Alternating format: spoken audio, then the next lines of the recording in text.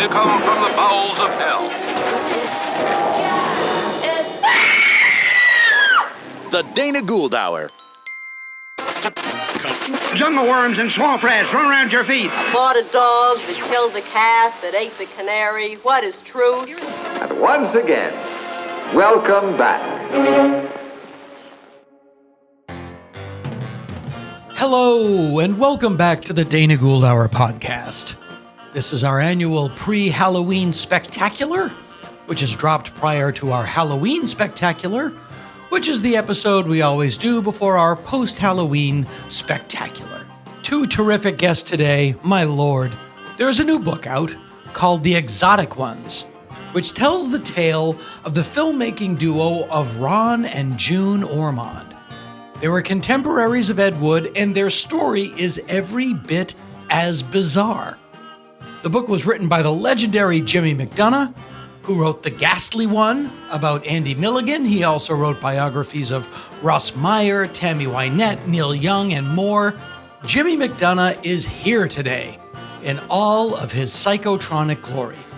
And then we have our resident film critic, Katherine Cold Iron, to further unpack the Ormond oeuvre, but also to discuss her new book, Junk Film, Why Bad Movies Matter. Katherine Cold Iron is here. True Tales from Weirdsville is going to take a deep dive down a rabbit hole to uncover all things Kenneth Anger. And there is, as always, so very much more. As for me, well, I do have some things to plug, thank you very much. I will be in Sacramento, California, at the legendary Punchline September 28th, 29th, and 30th. If you live in the Toronto, Ontario area, I will be at the Comedy Bar Danforth on October 13th and 14th. And then I will be back in San Francisco, California at, you guessed it, the Punchline, November 16th, 17th, and 18th. But what about my precious Angelinos? For you, my friends, the pièce de résistance. On October 10th, a Halloween tradition returns. It is a live stage reading of Ed Wood's Plan 9 from Outer Space. Where? Why, Largo, of course, featuring, in no particular order, Janet Varney, Bobcat Goldthwait, Jonah Ray, Paul F. Tompkins, Lorraine Newman, Rob Zabrecki, Matt Bronger, Tom Kenny, Jill Talley, Kat Augustin as Vampira, and yours truly, bringing you Ed Wood's masterpiece live on stage. That's Plan 9 on 10/10 at Largo at the Coronet in Los Angeles, California, located on La Cienega Boulevard, the Boulevard of Dreams. For tickets to this and all of my other appearances, go to danagould.com. Follow the prompts to get to see me live and in person. Lastly, thank God, if you like the show, please consider being a Dana Gould Hour Sky Cadet. Go to danagould.com and sign up for our Patreon. $5 a month. Get you extra audio content, video content, and some other junk. We don't have graduated levels. $5 a month and you get some stuff. Don't be a shy cadet, be a sky cadet. It's a simple deal for complicated times. Our next episode is, in fact, our Halloween spectacular, and it will be here in plenty of time for all of you witches and goblins. But for now, it's on to our filthy business.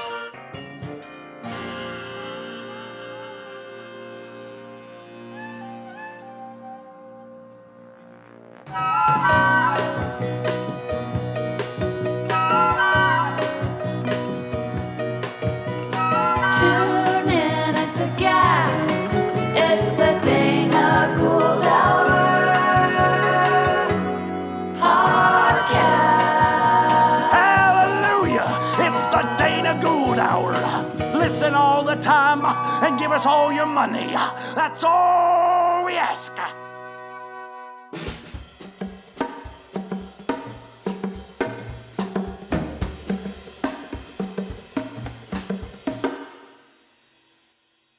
It is a sun-dappled day high atop the Mulholland Drive view shelf here at Falcons Lair Recording Studios.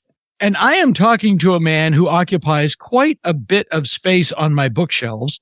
And I never thought I'd get to talk to him. To my delight, we had a friend in common. And then we found out, of course, that we had several friends in common. And they were kind enough to hook me up. And he's here. He is a journalist and a biographer. He's written excellent biographies. And he has, I guess it's his latest piece. It is the Citizen Kane of obscure film documentaries. This thing is just gorgeous. Since getting it, I have bought several additional copies and just sent them to people, just like, have this. You have to have this. It is called The Exotic Ones. And it is the story of Ron and June Ormond. And I have to tell you, I knew precious little of Ron and June Ormond. And after reading the book, I'm ashamed of myself. I fancy myself quite an expert on the Ed Wood of it all. And it's like finding out that you're a big fan of late 70s AM rock, but you've never heard of Steely Dan.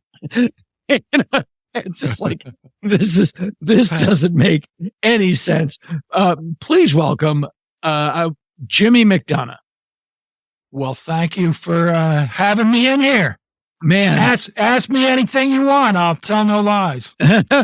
Or tell only lies. That would be correct. The greatest thing. Well, let's get right into Ron and June Ormond. Let me give just a brief biographical sketch of the story for the people listening. They were chronologically contemporaries of Ed Wood in their beginnings. They knew him.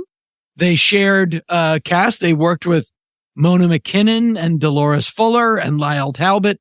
And then, and this is following a private plane crash, they turned their lives over to the Lord and started making equally psychotic films for the Lord. Ain't it beautiful? They worked with Lash LaRue. By the way, Dashiell Hammett couldn't have come up with these names. They hung out with Spade Cooley, Sunset Carson, Calvin Gervin, Rufus McClarty, the Reverend Estes Pinkle. These are like Johnny Carson characters. It's just amazing. It's a pedal to the metal carny world. Correct. And just America from the late 40s to the, I guess, late 80s was their sort of heyday. Sure. Yeah. How did you first come into even awareness of the Ormonds? Well, I tell you, I was hanging around 42nd Street with this reprobate William Z. Landis, and we were going to movies all the time and hanging out there. And at the same time, I was working for filmmakers like Radley Metzger. And I just got kind of, even as a kid, I was obsessed with like Chiller Theater in New York. Sure. So I had I had a lean-to in that direction. But working for all these guys, they were all Damon Runyon characters. They reminded me of the indie record distributors of the 40s and 50s. They were just kind of ensemble characters, and I wanted to know more about their world, and I was lucky to hang out with a few of them. And I used to buy stills from this place in Easton, Pennsylvania. I can't remember the name of the place. Well, this was just some little joint, and you could buy this stuff by the bushel then because nobody cared. And I bought a still from a movie called Please Don't Touch Me, which had featured the astounding Vicky Karen in lingerie, leaning over a topless man who had Myrtle tattooed on his arm, and she's lighting a cigarette, and above it says, "And after the cigarette, we'll." And something about this still just really floated my boat. And I noticed at the bottom it said presented by the Ormond organization. And I thought, organization? I mean, is there a building in Nashville with 5 floors of these people concocting this crap that I dearly want to see? Yeah. And through my contacts in the biz, I got a number for June, who was very suspicious at first. She was still doing business with the church people, didn't want them to know about their secular background. Anyway, we got to talking. And what year? Wait, about what year? Is this late 70s? 86. Okay, mid-80s. Yeah, and so she invited me down there to the Ormond Hacienda, and it was just unbelievable. The house was full of props from the movies, painted in the colors of their sets. And there was June, who was this pear-shaped dame with a big blonde bouffant and chunky, cheap jewelry. And she had a great laugh that kind of went, what? She sounded like Burgess Meredith as the penguin. Yeah. If you remember that. And I just fell in love with this dame. And I started talking to her, and I sat there in her living room, and she showed me the movies on VHS. At this point, you couldn't really see any of these movies unless you were really, really in the know. Maybe a few of them had escaped around the collectors, but a lot of them had not. And she was my guide, and I was hooked. And so I started a biography of him then, and I just kind of drifted away. I had other projects. I read a bazillion other books, but I always wanted to get back to it. And this character, Nicholas Riff, and we were in Bloomington at one point doing an appearance, and he said, "Jimmy, what is the one project that no one will pay for, your dream project no one wants to do?" I said, "Well, it's this book on the Ormonds." I told him who the Ormonds were. And the beautiful thing about Nicholas is 10 minutes later, we were on the phone with Tim. He's already making a deal with Tim for getting the rights to the pictures. And that was 10 years ago. And that's when I really, in earnest, put together all this research that I'd done sporadically over my whole career. Yeah. It's, and you're, was this, had you been writing for Film Facts and things like that as well all along? Or in the beginning of my career, I did some of that. I wrote for the Village Voice. I wrote for the Film Comment out of Lincoln Center. That was the first place the Ormond article was published. I'm trying to think. Did a thing or two for Variety, but mostly I got right into doing books right away, and that sort of fell. I've done it here and there at times, but my real passion is between the covers. Yeah. Well, what is interesting about all of these stories is, the people that you've written about, Andy, Tammy Wynette, Jimmy Scott, all of their stories are so much more labyrinthian and, to use a word that exotic than anything that would be fictionalized. June Ormond, as you described, this goofy woman with a lot of chunky jewelry that makes these crazy, but she started out in vaudeville, knew Milton Berle, Bob Hope, knew all these showbiz giants, was basically drummed out of the, talk about Me Too, was drummed out of the business for not boning Marvin Schenk. Yeah. Correct. Which is what would happen in those days. You were invited upstairs, and if you didn't respond properly, you were difficult and you wouldn't work anymore. Right. It's just astounding. And she meets this guy, whose name is Ron Ormond. It's not his original name. His real name is, Vittorio Denaro, I believe. Or some variation thereof. A birth certificate's never been found. But he named himself Ron Ormond, R-A-H-N, in tribute to another magician pal of his, Ormond McGill. And there's always this sort of esoteric spirituality, hocus pocus, flying saucer people. Yeah, these guys did not leave a con untouched. These people are running a con bullshit wrapped in the Bible and making bank, and God bless them. Yeah, absolutely. Yeah. I mean, they were into it. You can't say they were not into it.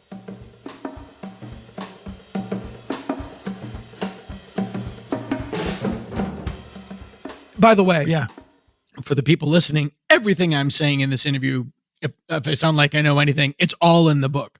June was in vaudeville, touring. She was, how would you describe what she did? A hoochie dancer or a... I mean, straight vaudeville, comedian, comic Right. Performer, comic dancing. Sort of Rusty Warren kind of... I would think June might take umbrage to that. I mean, she definitely had those elements in the shows. She was body. She was body. Yeah, a little bit. She does not accept the casting couch invitation of Marvin Shank. Right. So Shank shanks her. She gets a shank, but she pulls herself up by her bootstraps. Does not take no for an answer. She's determined. She ends up meeting this guy, Ron Ormond, and says, right. I'm going to marry that guy. Yeah. And 3 weeks later, they're married. Yeah. She goes on the road. They go on the road together, and they have these shows that she's developed called Parisienne Creations, and the great title, How to Undress in Front of Your Husband. Right. Young married couple. This is the late 40s, early 50s. Correct. Traveling around, what we would call a trunker. Yeah. And they meet Spade Cooley. Yeah, they do. Yeah. Give us a thumbnail sketch of Spade Cooley. Was he somebody you'd want staying in your home? Well, maybe at the time, but yeah, later he was involved in a very lurid murder. It's funny because I never asked June about that exactly. But they gravitated to all these Western stars. Lash LaRue was their favorite. Right. And it was through him. They'd put on stage shows where you'd see a Western movie, and the stars would appear, and they were managing those personal appearances. June even took the Three Stooges on the road in the twilight of their careers. Was that Shemp era Stooge or Curly Joe era Stooge? I think Shemp. I'm no Stooge expert, but don't quote me. But so that led, Ron had the real itch to making movies, and he met these characters that ended up to be Halco Pictures. And they let him, he wrote a script. He just wrote it on his own, gave it to them. They wanted to do it. Lash LaRue, through Spade Cooley, they meet a guy named Sunset Carson, and they travel around with him. The great quote in your book about Sunset Carson comes from June is, for 13 weeks, Sunset never had a sober day.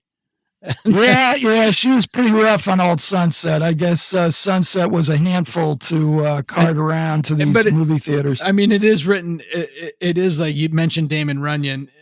Your turn of phrase in this book, I have several quotes that are just gorgeous.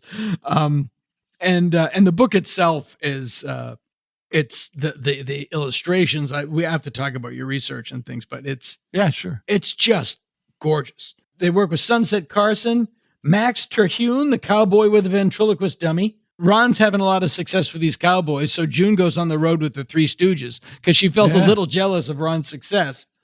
Yeah. And then they meet two people, again, the names.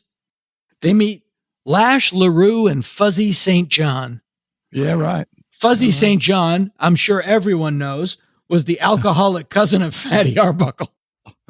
All true. But as you said, they start making movies with Lash LaRue.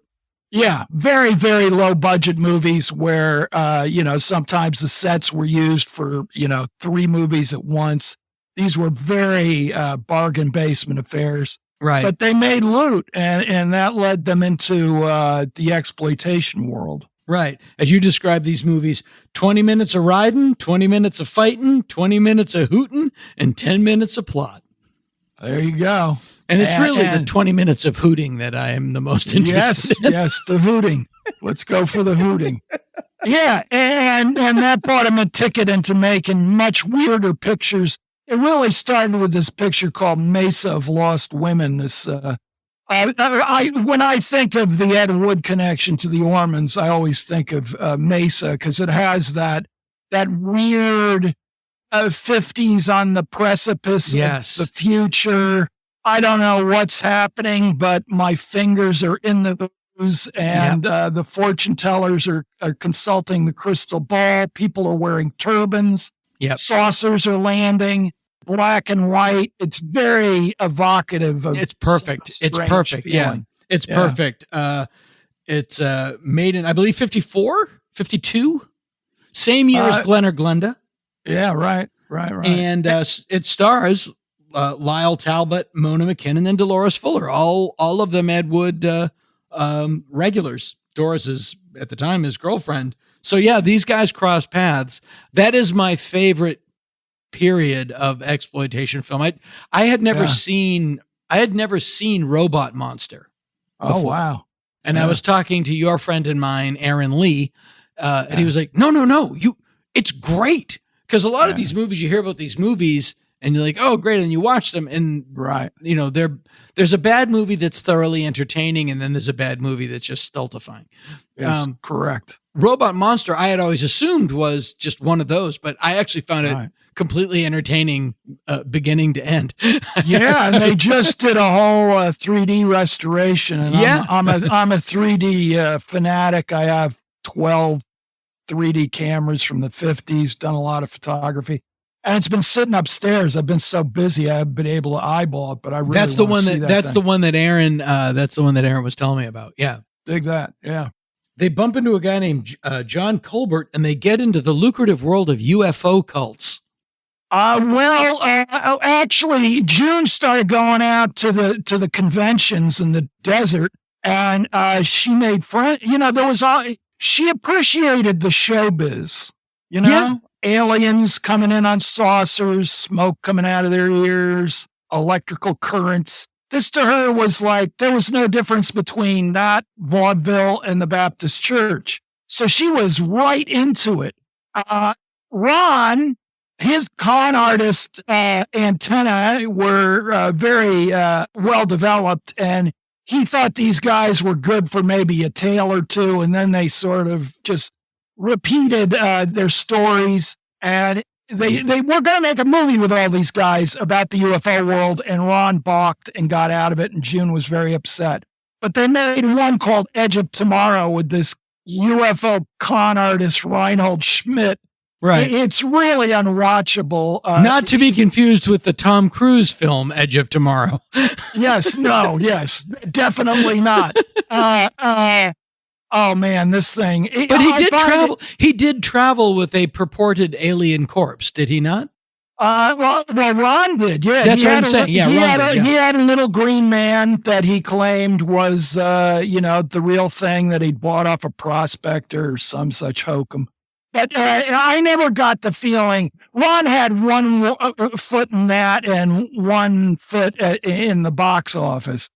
June really believed, and really, even when I was hanging out with her, she was second, giving Reinhold Schmidt, who ended up, in the pokey after he'd grifted off all these widows.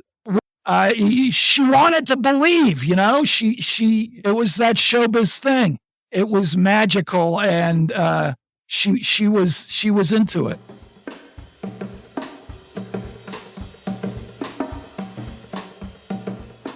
That was an interesting thing that I learned in the Criswell book that I just read, was that in this era, in the 50s, accepting money for fortune telling was a criminal offense. Think that. Wow. Yeah. And that's why they, they had to work their way around it. And they did.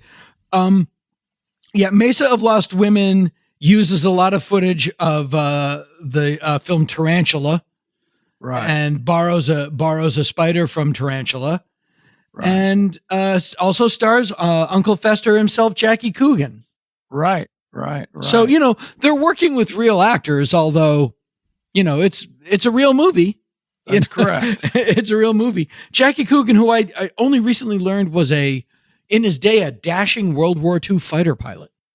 Yeah, June had a big crush on him, and then she met the latter day Jackie, and she was like, meh, Yeah, he you see him like in World War II, if people like listen, just Google image Jackie Coogan pilot, and you'll see like, no, he was like a dashing dude. Like, you know, he was a fucking fighter pilot.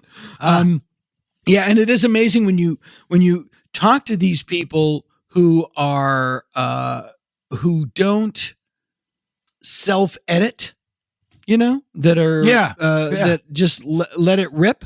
Yeah, that's June. And her voice is throughout the book, and she's just, she's gold to me. She was a walking history of showbiz from a very funny perspective. Yeah, I was listening to an audio. It was an oral history of Star Trek, the original series. Yeah. And Yvonne Craig, who was in a couple of early episodes, same thing. You want to hear somebody shit talking Majel Barrett? Yvonne Craig's your gal. Hang on. In addition to piecing together bits of Tarantula to make Mesa of Lost Women, they took pieces of a Sabu film, and made Untamed Mistress. Yeah, and they were Sabu also had a very he was connected with the Ormonds, had a very interesting story. I only know about Sabu because Lenny Bruce always referenced him, and if you listen to those old Lenny Bruce albums, he's always referencing Sabu. That's funny. That's funny. He was a movie star that ended up like parking cars or something like that. And they ended up with a Sabu movie, but they couldn't use Sabu, so they cut him out. And then they had footage of various trips to Africa by Mickey Rooney's doctor. And then Ron took a couple of African American chicks into a park in L.A. along with a couple of guys in gorilla suits. And I like what I'm hearing. Yeah, Scotch taped this utterly unwatchable movie together. And June always held it against Ed Wood, but he never returned a gorilla suit that he borrowed. Every fucking time I mention Ed Wood's name, he had that gorilla suit. He never brought it back. I think there was a lot more that she was unhappy about when it came to Ed Wood. I could never get the full Monty on that. And of course, if she was, would you describe her as religious? She was spiritual. She was like a spiritual beatnik. You know what I mean?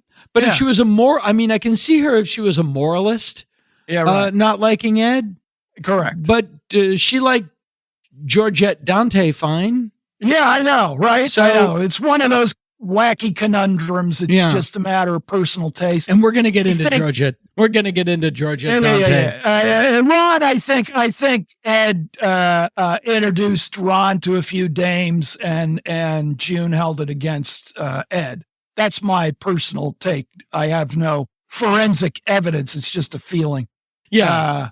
But yeah, what were we talking about? And again, the other Ed Wood connection is their son, Tim. Bela Lugosi was his godfather. Yeah, right. Yeah, right. Yeah. I mean, they're in that world. Oh yeah, they're way into it, and For some reason, they leave Hollywood. Yeah, and they move to the showbiz capital of the world, Nashville, Tennessee. Yeah. Ron could get a cheap editing room there. That's basically what the hook was. And then he realized that, there are all these country music stars that can be exploited and want to be exploited. And they started there was a very brief hillbilly music movie exploitation fad that lasted about 3 or 4 years. And they made a picture called 40 Acre Feud. Right. That starred everybody. I mean, George Jones, Minnie Pearl, etc. Ferlin. Here's the cast of 40 Acre Feud. Ferlin Husky, the never not annoying Minnie Pearl.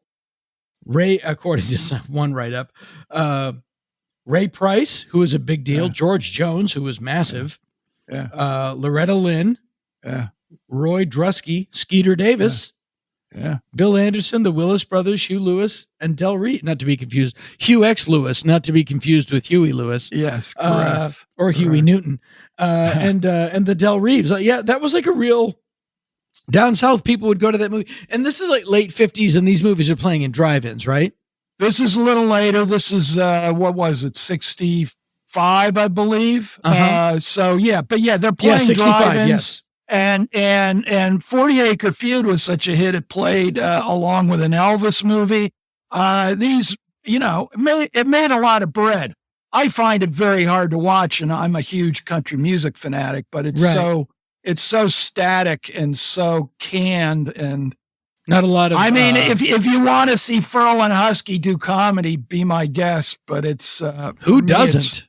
It's rather tough going. But yeah, these guys are always chasing the new opportunity. They went to Nashville and reinvented themselves. Right. Ron and June had a stormy marriage. Yes, they did. Odd, because they dated for 3 weeks before they got married. So you would think that they had known each other by then. They covered everything. Right. Yeah, you'd think they knew. And they had Tim was born by this point. Yeah. They made other country western films. They made White Lightning Road. Yeah. The Girl from Tobacco Row. Right. Which was starred Tex Ritter, who was a big country western star, and the father of TV's John Ritter. Yeah, right. Yeah, right. One of the nicest people ever, God rest his soul. These movies, they don't have what one would think of as distribution in the normal sense. This is an exploitation thing where they make this movie and then they go into a town with the movie and promote the movie. Yeah. Like Untamed Mistress, June would get some dame who looked vaguely like the chick in the movie, get a guy in a gorilla suit, and she'd blast, Ron's Carney spiel over the car speaker, and people wanted to see this. You know what I mean? It's who will be her mate, man or beast, was the tagline. And June, being in vaudeville, knew all these theater owners. And she was the one who distributed the films. That wasn't Ron's gig at all. And this was it was a man's world exploitation. Sure. And June held her own with all these sharks and, was respected by all of them. She seems like a tough broad. You got it. There's a great movie called Matinee by Joe Dante that it's basically a fictionalized story about William Castle and how he would promote films. But yeah, he rolls into town, books the theater, promotes it, and sort of did it. It's very punk. It's very DIY. Yep. They weren't this was workers controlling the means of production. Yeah, right. Yeah, right.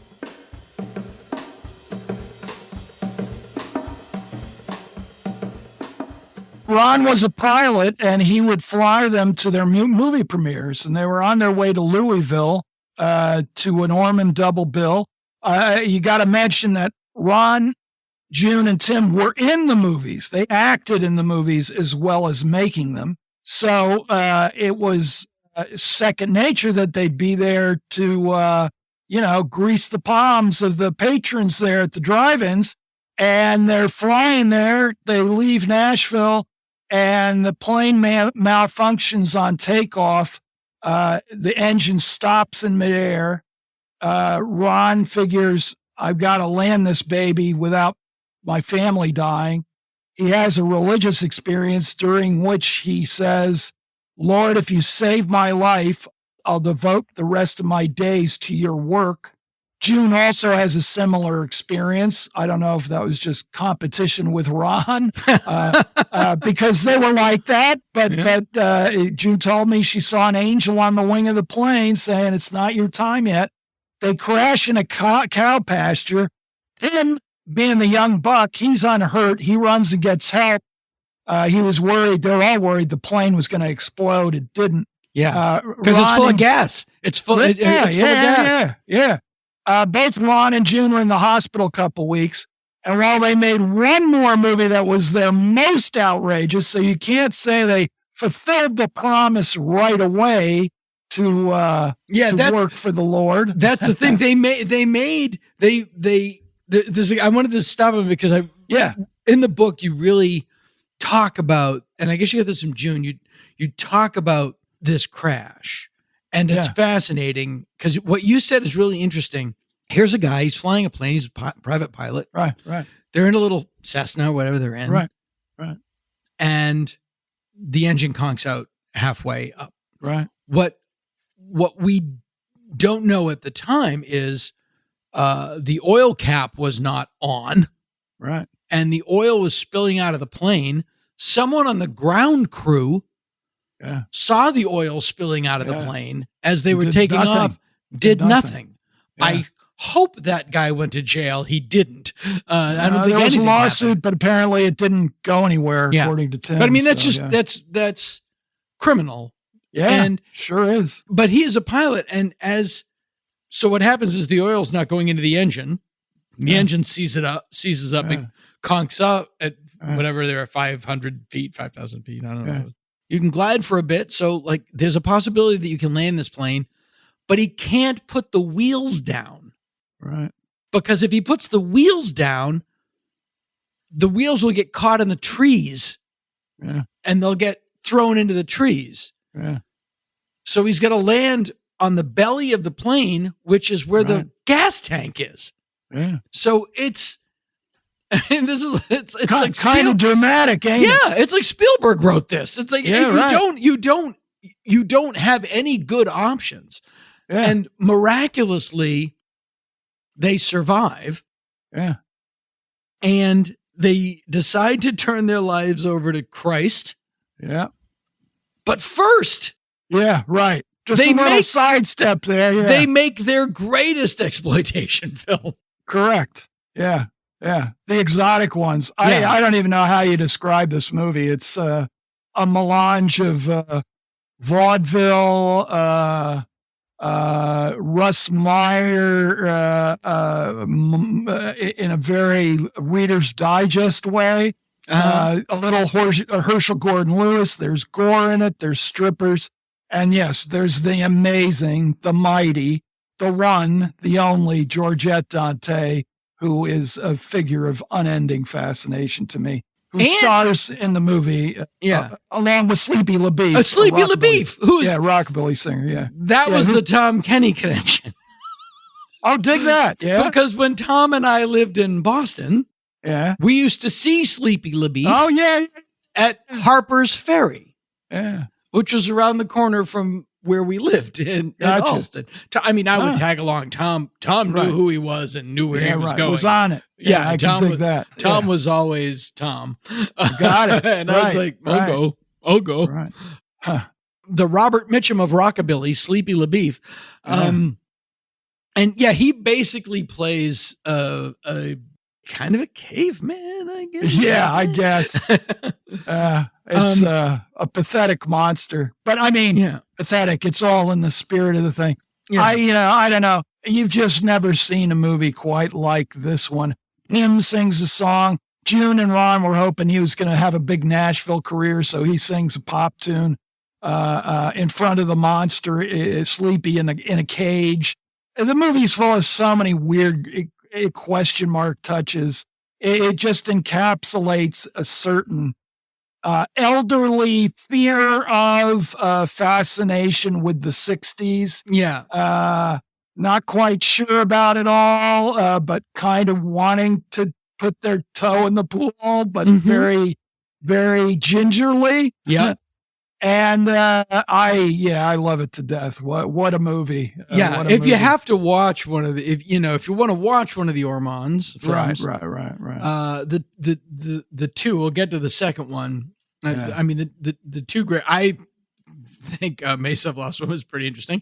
But it's the exotic ones, and if Footmen Tire, What Will Horses Do? Oh yeah, amazing movie, amazing.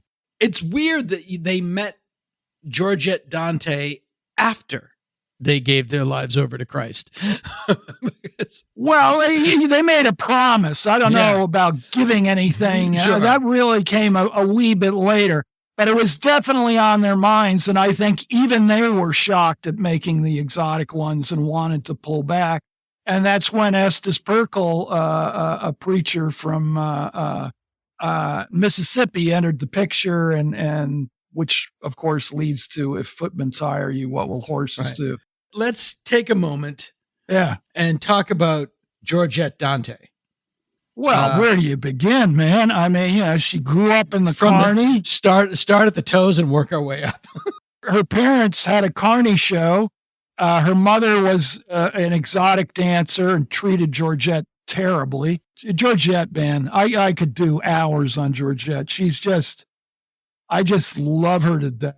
I mean, the woman dated Grandpa Lewis Munster, Al Lewis, Mr. Haney, Pat Buttram, Bob Hope. I mean, she tells very, very unbelievable stories about getting high with Bob Hope as an underage dancer that'll just put your hair in curlers. She was a geek. She was a geek. And that informs the exotic ones because, of course, Sleepy tears the head off a chicken at the end of the movie, and that comes from Georgette telling Ron her tales of the Carney. So the exotic ones is very informed by Georgette.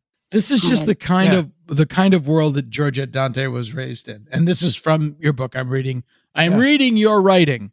Got it. As a teenager, Dante had been an emergency replacement for the geek in her family's carnival. The previous geek had drunk himself to death, and, not wanting the cops involved, they tossed his body in a ditch. So Georgette put on a fright wig, filthied up her appearance, acted insane, and palmed a razor to make it look like she was offing the bird with her teeth. The rubes in the audience went wild. Now, this tells you all you need to know about poor Georgette's upbringing, because let's use Nightmare Alley as an example. Right. The geek is somebody you find, it's their last stop before the grave. Right. And they go, okay, who's next? Well, I guess our daughter. Yeah, right. You're right. But that's the thing about Georgette. It's like, it's showbiz. I'm gung ho. I'm gonna take this opportunity and make the most of it. And she's still that way today. She's in Vegas. She's got all sorts of projects planned. I can't say enough great stuff about Georgette. And if you get the book at Fab Press, you get a little bonus book. It's Georgette's life story, and it'll flip your wig, man. Her life is just unbelievable. I have it. I did not get a chance to read all of the Georgette, but that's the next. That's the next. Gotcha. That's the next thing. And she's still going. Oh yeah, she's still an ongoing. I talk to her all the time. She's. What does she do in Vegas? Whatever she can. I mean, She's had a lot of health problems, and she's not a youngster anymore. Sure. But she still performs, magic, any kind of showbiz thing. She has a whole plan for a mini series she wants to do, several movies. And if I won Mega Millions tomorrow, I'd give a big chunk to Georgette just to see what she'd make of it. That's for sure. She's fabulous.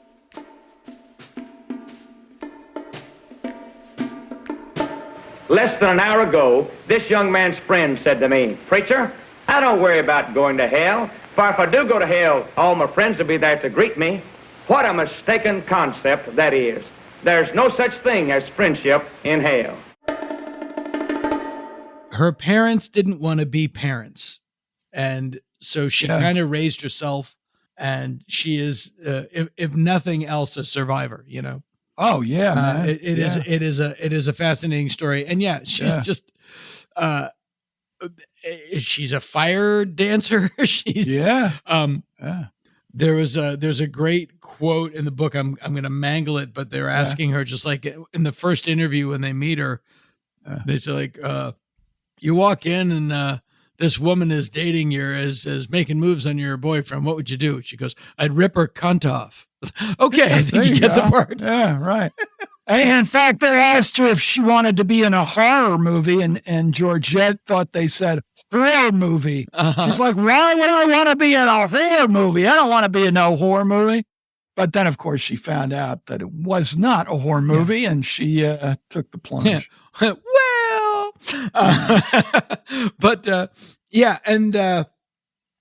You describe the film as it is a testament. It is a Valentine to feral female energy because she comes in out of nowhere and steals the show. Yeah. Right. Just by being herself. Yeah, just by being herself. Yeah. And then enter the Reverend Estes Pinkle.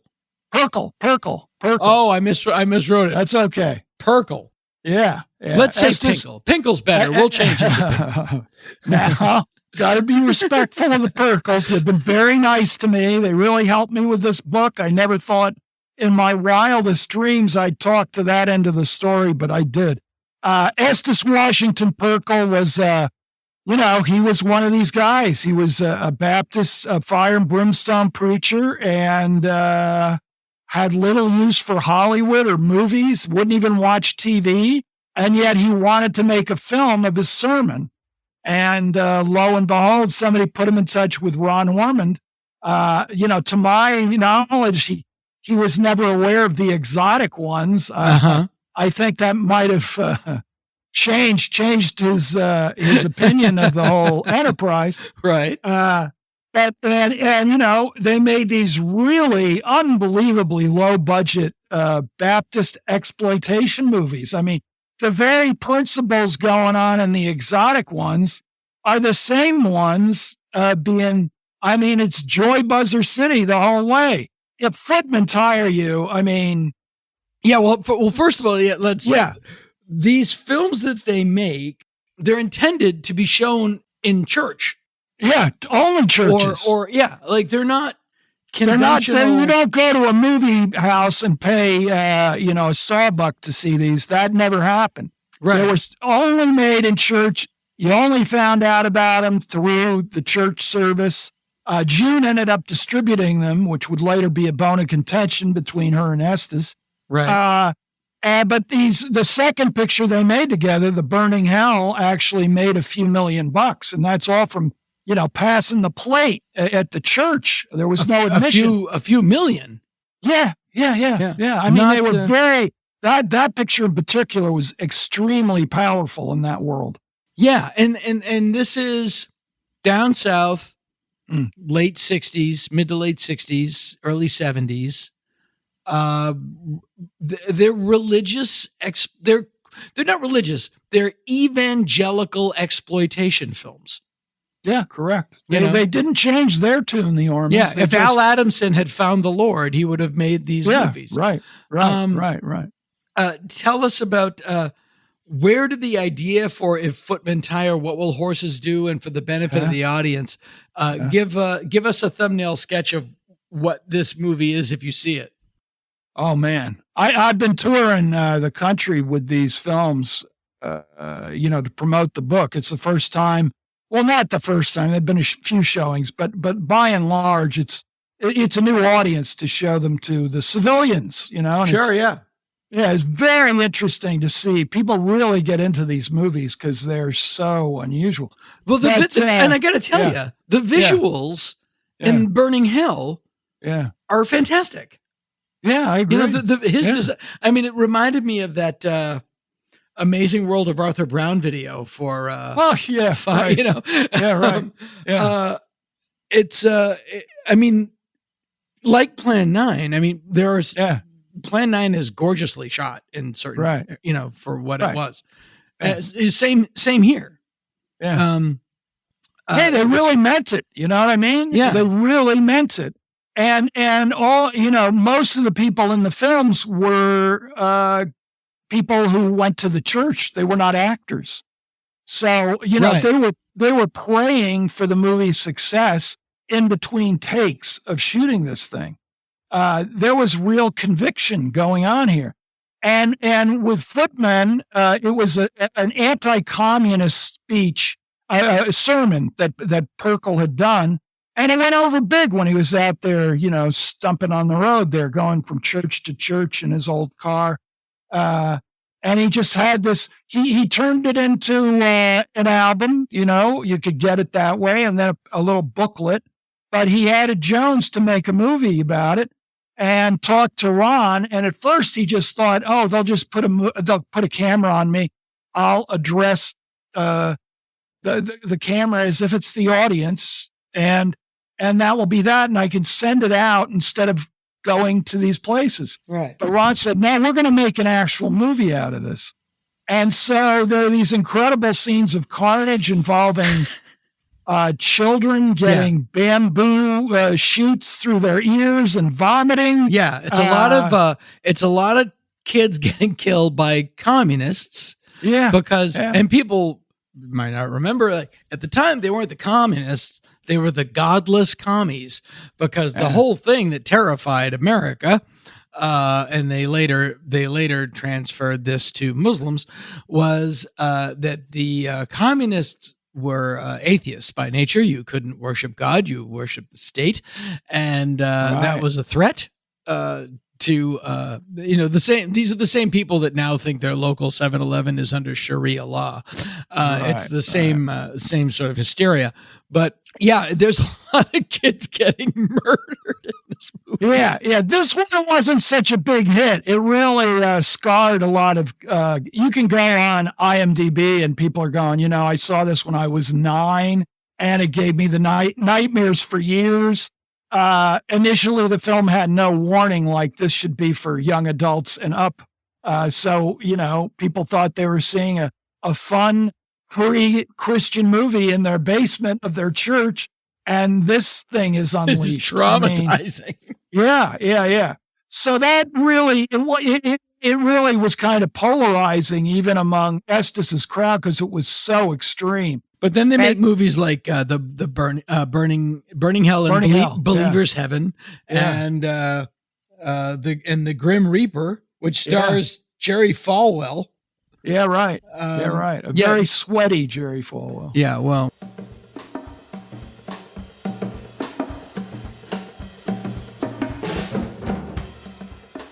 It's just the carny world. They're always right in the heart of it. Yeah, right. Burning Hell, this is up to the mid 70s. Yes, 75. Yeah. Yeah. And then, and Grim Reaper is 76. Again, there's a weird Ed Wood connection because, Plan 9 was funded by the Baptist Church of Beverly Hills. Did they become evangelical Christians? Did they, or was it just like a business partnership and everybody got along?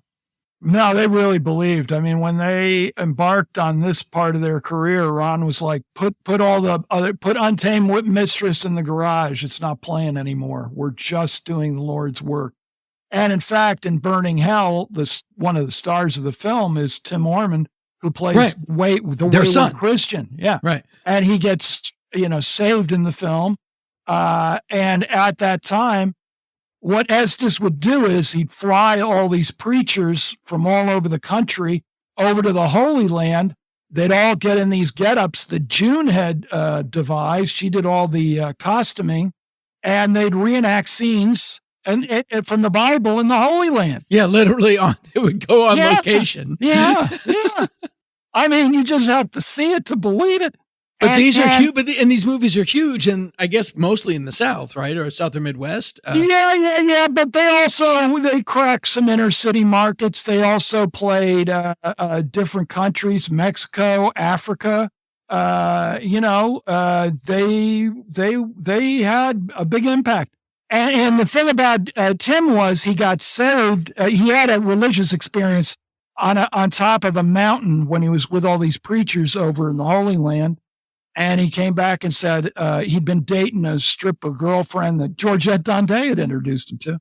And he said, sorry, babe, I've had a change of tune. I have to, I'm for the Lord now. And I don't think the Lord would begrudge you dating a stripper, Hey, well, Jesus hung out with the low. Yeah, right. But so you'd see the movie, and then once the lights came up, there would be the star of the show saving you after you've watched his trials and tribulations on the big screen. It had to be quite an emotional experience for those willing. You know what I mean? That's what I mean. There is something that happens, like, and Tim was in the Marine Corps. Yeah. He, seemed like a decent dude. Oh, yeah. But he is described as the dark side of Beaver Cleaver is their point. But yeah. It was funny because when I first went down there, Tim always seemed like he was on some kind of secret mission. You know what I mean? Like there was something going on that you didn't quite know everything about. And, but as I've gotten, it's funny because when I began piecing together everything in earnest, he's legally blind and he transfers all of his emails into an audio program, listens to him and responds. You know what I mean? And I'd send him questions and then he'd send me a little MP3 answer. And I must have 1,000 of these over the years since I came back. The first leg of the book was all June. And then the second was burrowing into the fascinating mind of Tim Ormond. So interesting. What a trip. And you and Tim are you still in touch? Oh, yeah. We're talking about doing an event in Nashville, which is, he can't really travel. So it's going to be like the last stop on the tour. And I'm hoping a musical pal of mine is going to come down and be part of it, which would be very exciting. And it'll be a thrill to, Tim should get all the due in the world. He's like a hero to me. And I was very nervous, I have to tell you, because I had to take all, the way I work on books, I change everything until the last damn minute. And sure, of course. The only final version of the book was the layout. And I had to extract all that into a Word program so Tim could convert it to audio. And I gave him the files thinking, well, that'll be a few weeks. And I was kind of white knuckling what his reaction would be. 3 days later, he called me. I listened to our thing. It's great. I love it. He had a few comments, but it was a great relief that he dug the endeavor. And did he end up getting married, kids? Like, what's his... He had a brief marriage to a woman who was in one of the religious films. It's in the book. A lot of plot and intrigue, and no, it didn't work out. And I believe that's what led Tim to become very disillusioned with the church, and he sort of struck out on his own. Not that he isn't still a very spiritual person, but he left all that behind. Well, that's a great thing about the book, because you go into that evangelical Christian world. There are people that mean well, and then there are con artists and dirtbags. People assume that it's all con artists and dirtbags, and it's not. Yeah, that's the thing. It's not. Yeah, no, right. I mean, Estes Perkel was exactly what he portrayed himself to be, in my opinion, and many of the others. There were just a couple of truly bad apples in the Ormond world, and I devoted an appendix chapter. That's what I was talking about. What I thought was really beautiful. I just thought it was really beautiful in your book that you talk about, this is an appendix chapter of it's labeled Hell Burnt. Yeah. And you talk about people like Bob Gray, who were associated with the Ormonds. Oh, yeah. But later turned out to be dirtbags. Yeah, right. But it's not all that. It's not cynical. I was raised Catholic. Right. And was very good friends with our parish priest. Right. Who was a great guy. Right. Really big positive influence on me in my life. Right. And I'm not religious at all. Right. I thought that was really, really great because, as you say, Estes Perkel, we like to say Pinkle, he was who he was. It wasn't a shtick. Yeah. No. And I would say in this particular case of the people who the Ormonds dealt with, most of them were that way. And me being an outsider in this world, I just wanted to present it. You know what I mean? Let people make their own minds up about the content and where they stand about it.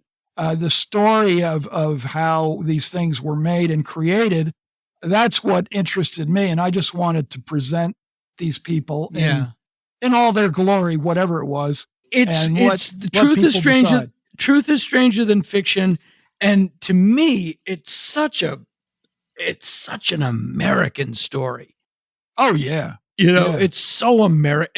Every element of the appendix is in and of itself is a book.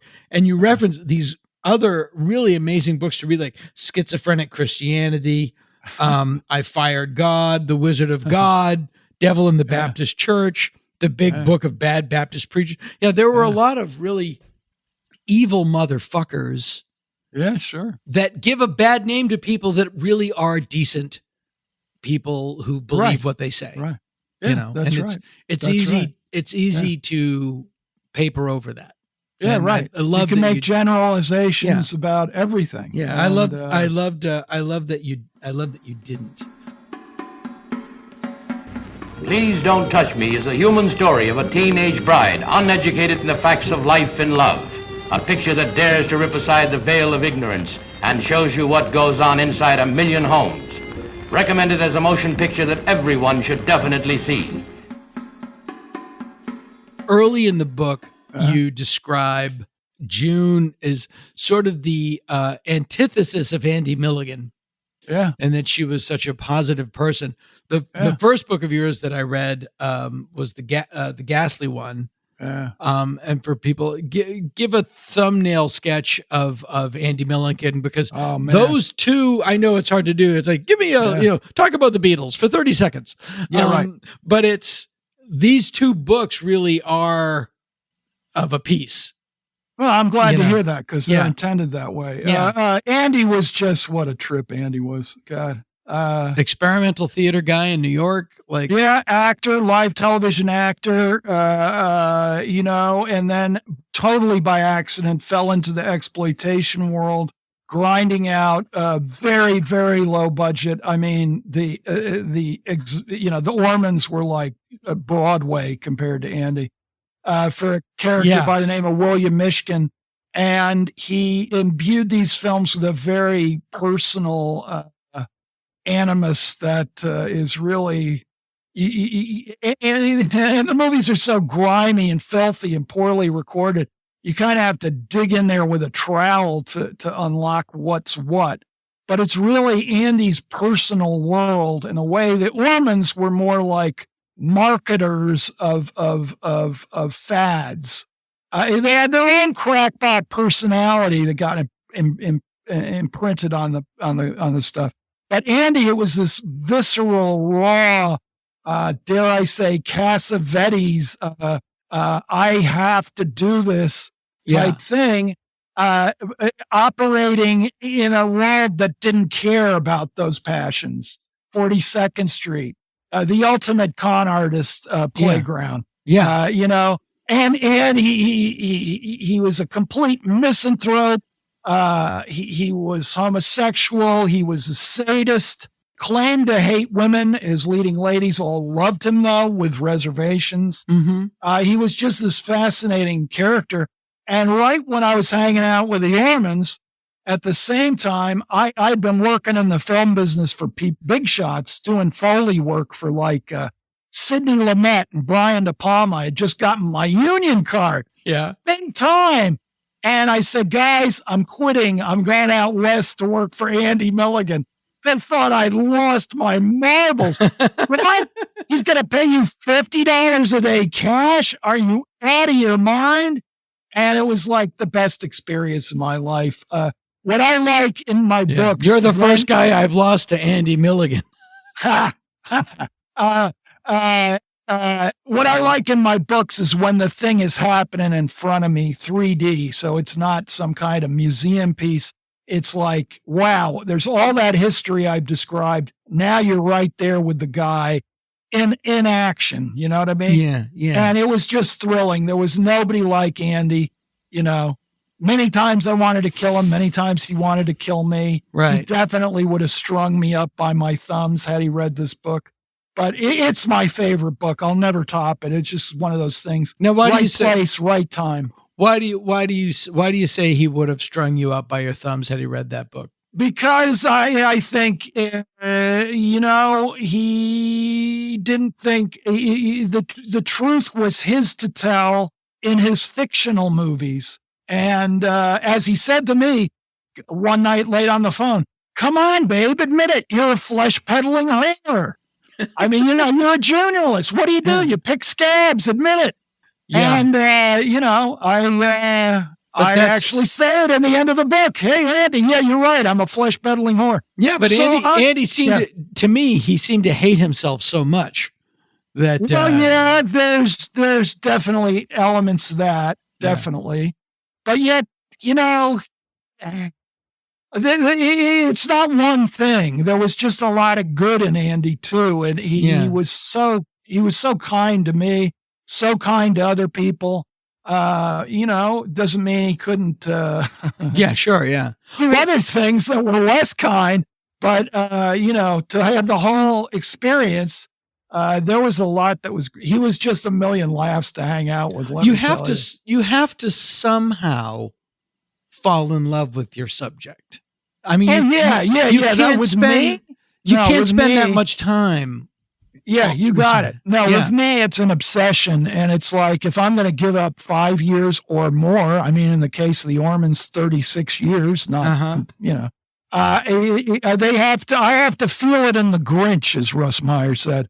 It really has to move me. I can't do it. Right. I mean, I wish I could. After I read Shaky, all these, what do you want to do next? Led Zeppelin? Here, we'll give you a huge advance. It just, it didn't move me. Right. And instead, where do I go? Andy Milligan, not a career move, folks. Let me tell you. No, but Jimmy move, definitely. And it's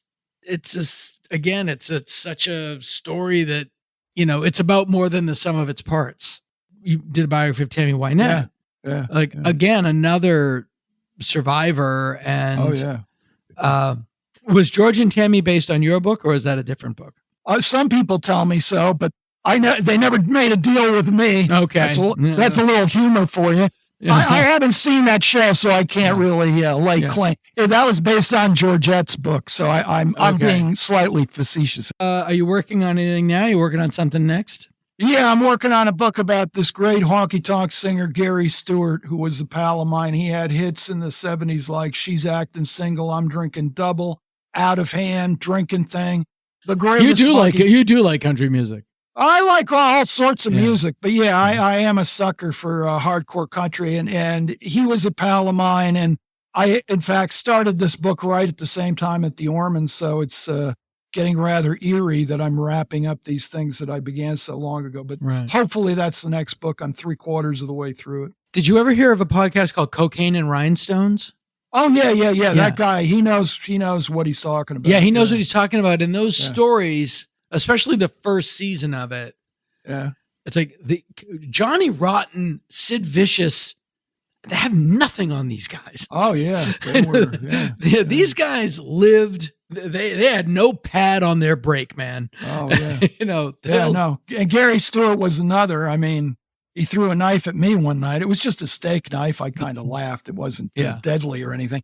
But he is a true outlaw, a word that probably should be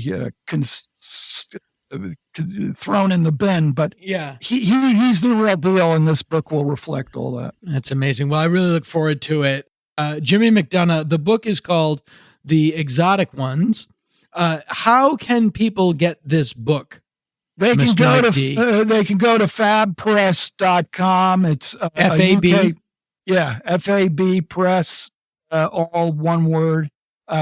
.com, and you can get The Exotic Ones, and it's the only place where if you get the book, you also get the fabulous little extra book that's Georgette Dante's story, and that's definitely and the DVD package. Oh yeah, you can go whole hog. Yeah, because we've to come out with the book, we put Indicator, a great company in the UK, did a whole set of the Ormond films. And you can just drown yourself in Ormondia.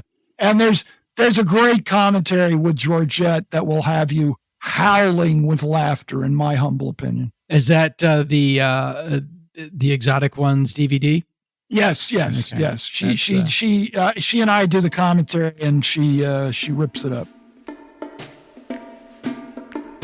Charlie, will you please hurry? I don't want to be late for the movie tonight. Okay, sweetheart. What do you want to see? Say, how about seeing that Western playing over the Bijou Theater? Not me, honey bun. I want to see the exotic one. But, sweetheart, that one is loaded with sex and violence, with exotic showgirls going berserk when a monster escapes in a New Orleans strip joint. You don't want to see that one. Yes, I do. And in one scene, the monster pulls a man's arm off and beats him to death with it. I just love that kind of action. I've got to see the exotic one. But I'm telling you, sweetheart, the exotic ones is loaded with the world's sexiest looking women. Now, you don't want to see that one, do you? Yes, we do, and we're going to go see it, Charlie Jones. And if you don't want to take me, I'll take a taxi. We're going to see the exotic ones, you hear? And you better Folks, wake up to reality. don't argue with your wife. Go and see the exotic ones. You're not going to have me tell any difference, because I want to see the exotic ones regardless. They're true tales from Weirdsville. Tales from Weirdsville. And they're true. Can your heart stand the shocking facts? Recently, I was watching Frank Tashlin's excellent film, The Girl Can't Help It. Frank Tashlin is an underrated director who came from animation and brought that sensibility into live-action films. In the 1950s through the early 60s, he created a slew of bright, bold, Technicolor treasures that you will all be well advised to watch, including Will Success Spoil Rock Hunter?, some of Jerry Lewis's best films, and the aforementioned The Girl Can't Help It. And no, this is not about Frank Tashlin. The Girl Can't Help It features amazing performances by Little Richard, Fats Domino, The Platters. It stars Tom Ewell, Edmund O'Brien, and a luminous Jane Mansfield. Now, Jane Mansfield died tragically in an automobile accident in 1967 in New Orleans, where, ironically, I am currently recording this piece. The story is that she was beheaded. That is certainly what I thought. But as it turns out, she was not beheaded. Although, yes, she was killed. But why does everyone think she was beheaded? Kenneth Anger. That's why. For a guy named Anger, his childhood sounded pretty okay, at least on the surface. The third son of an upper-middle-class family in well-to-do upper-middle-class Santa Monica, California. Kenneth Engelmeyer, as was his original name, was raised to be devoutly Presbyterian. That didn't quite take. What did take was a desire to make movies. He made his first short film in 1937 when he was 10, count 'em, 10 years old. It starred his friends, and it was the story of Ferdinand the Bull. When he was 14 years old, he made Who Has Been Rocking My Dreamboat? It was basically a music video showing his friends horsing around to a soundtrack of songs by the Ink Spots and other popular bands. It may not sound that impressive when you consider the technology 14-year-olds have at their disposal today, but this was 1941, and there was a war on. The Engelmeyers eventually moved east to Hollywood, and Kenneth, ever struggling, entered the kill or be killed blackboard jungle that was Beverly Hills High School. While there, he met young Curtis Harrington, who would grow up to be quite an accomplished filmmaker in his own right. Check out his 1961 film Night Tide, starring a young Dennis Hopper. It's great. Curtis Harrington introduced Kenneth Engelmeyer to the writings of British occultist Aleister Crowley. Crowley had founded his own religion called Thelema. For the record, I'm assuming Thelema is pronounced correctly. It might be Thelema, or Telema, or Howdy. I don't know. Crowley and his cohorts were discussed at length in this podcast's Season 6 episode, Occultorama, released in March of 2017. In brief, Thelema was founded upon the concept of discovering and following one's true will. Capital T, capital W. The pursuit of one's true will was the key to personal fulfillment. Followers of Thelema didn't pray. They practiced various forms of magic with a K. But Thelema, for all of its rituals and goofy hats, had a pretty decent theory at its heart. The three basic tenets of Thelema were as such. Number one, people should seek out and follow their true path. You know, live your life. Number two, every man and every woman is a star in the celestial sense, meaning that they are made of the same stuff that stars are, which is true. And like stars, they occupy a time and position in space, yet are distinct and individual and have an independent nature. There's nothing in there that I disagree with. Thelema's unwavering commitment to basically, being free to be you and me spoke to young Kenneth Anger. He was gay, and he was gay at a time in our country when being gay was illegal. At some point in his late teens or early 20s, Engelmeyer was arrested by the LAPD for cruising in a, quote, homosexual sting, unquote, to use the parlance of the LAPD at that time. It was a watershed event for young Kenneth Engelmeyer, who would soon move out of his family's home into an apartment in Hollywood and change his name from Engelmeyer to Anger. His next film, Fireworks, would explore, in modern parlance, one would say, process his arrest and unceremonial public outing. Fireworks would serve as the first installment of what Anger would later call his magic, with a K, lantern cycle.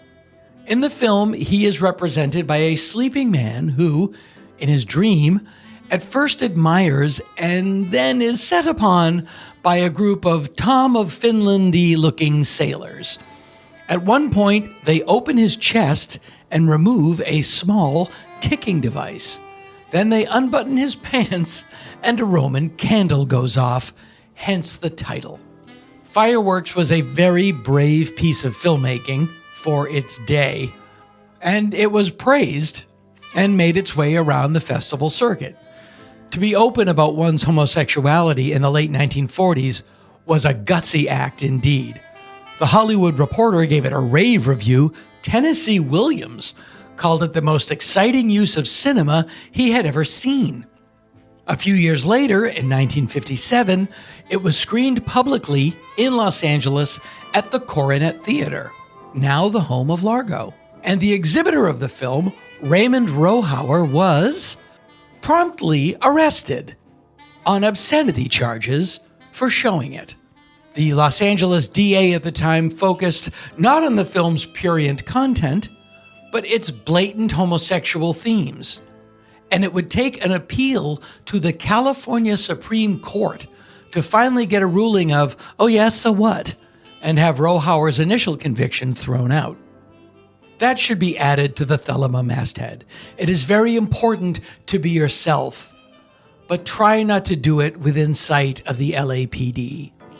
One person who did like Fireworks was Alfred Kinsey of the famous Kinsey Report on Human Sexuality. Kinsey purchased a copy of Fireworks and added it to his research. He then hired Kenneth Anger to go out and find more. The two became and stayed friends for the rest of their lives. In 1949, Anger directed The Love That Whirls, which is a film based on an Aztec human sacrifice. But the film contained some nudity. Human nudity. And the technicians at the lab deemed it obscene and destroyed it. So, fed up, can't say I blame him, Anger moved to Paris. He stayed with friends who had been blacklisted out of Hollywood in the Red Scare, and himself befriended French artist Jean Cocteau, who gave Anger permission to adapt his ballet, The Young Man and Death, although it was never completed. He started a new film called Rabbit's Moon, which is based on a Japanese myth about a clown that befriends a rabbit that lives on the moon, but it would take 20 years to complete. He moved on to Rome, where he started another film called Oeuvre d'Artifice, but he only got one scene shot before he was forced to return to America when his mother passed away. He took the money he received from her estate and started another film, but it had nudity in it. So the technicians at the film lab deemed it obscene and destroyed it. Folks, this is the late 50s, early 60s, and we are a long, long, long way from everybody having a small device in their coat pocket with 24/7 access to the Bang Bus. But, undeterred, Kenneth Anger kept plugging away, creating artistically hailed short films, often with controversial themes connected to his thelemic beliefs. But what he needed was some real money. Around 1957, Anger started writing articles for French newspapers and publications like Carrière du Cinéma. So successful were those articles that one of his publishers encouraged him to write a book.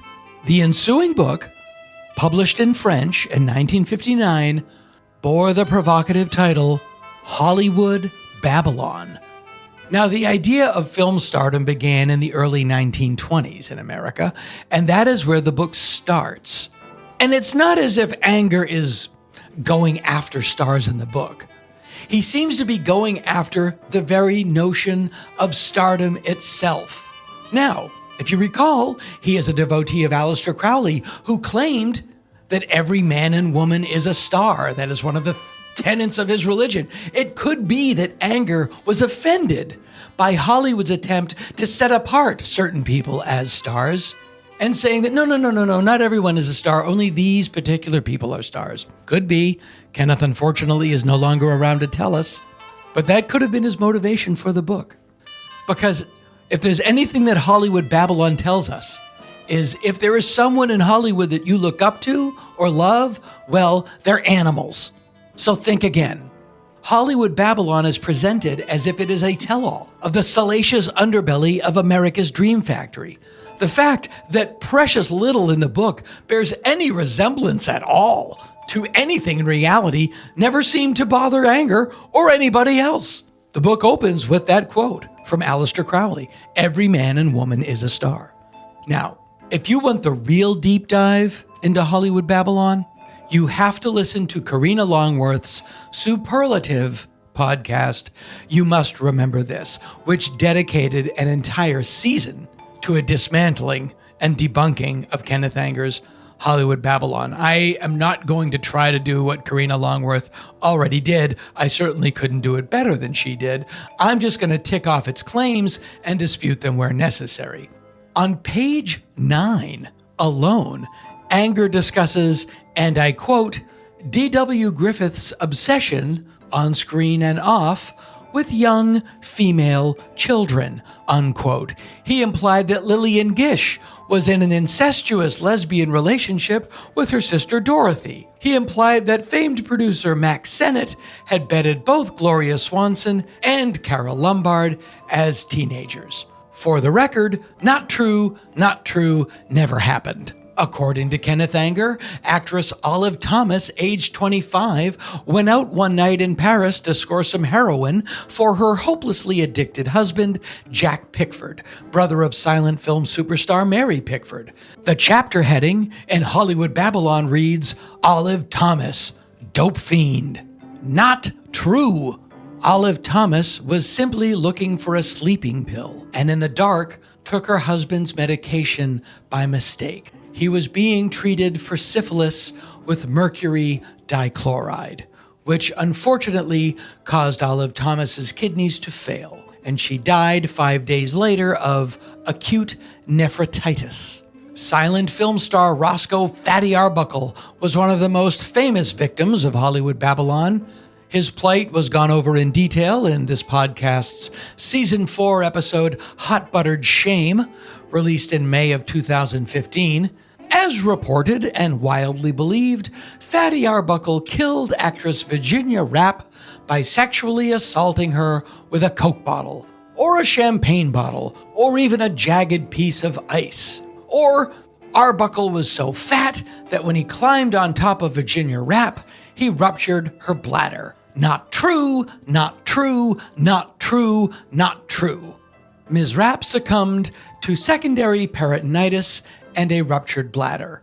There are rumors as to the cause. Complications from an ectopic pregnancy, complications from a botched abortion, complications from untreated venereal disease. Nowhere on the list of possible causes was Roscoe Fatty Arbuckle, whose only crime was being the host of the party she was at when she passed out and being famous enough for San Francisco's district attorney, Matthew Brady, who wanted to run for governor, to home in on him as a great scalp to have hanging from his prosecutor's belt. Arbuckle's first trial ended in a hung jury, as did his second, but Brady would not let it go. It took the third jury 5 minutes to acquit Arbuckle, and they included, along with his exoneration, a note of apology on behalf of the judicial system of the state of California. Matthew Brady would not go on to become governor. Unfortunately, Fatty Arbuckle's career was over as well. And Kenneth Anger would forever cement the false impression that the film comedian was a murderer and sex criminal. Ken, not cool. The silent film director William Desmond Taylor was murdered on the night of February 1st, 1922 by a gunshot to the back. His body was discovered by his butler, who called Paramount Pictures before he called the police. And it seems like half of Hollywood went traipsing through his apartment to make sure that nothing incriminating was lying around before the police finally showed up. Hollywood Babylon implies that Taylor was simultaneously boning Mabel Normand, Mary Miles Minter, and Charlotte Selby, who was Mary Miles Minter's mother. Maybe his death was an ongoing dispute with one of those gals, or maybe it was Mabel Normand's cocaine dealer, or, well, that murder remains unsolved. But in 1964, actress Margaret Gibson, who is not mentioned as a suspect in Hollywood Babylon, confessed to the murder.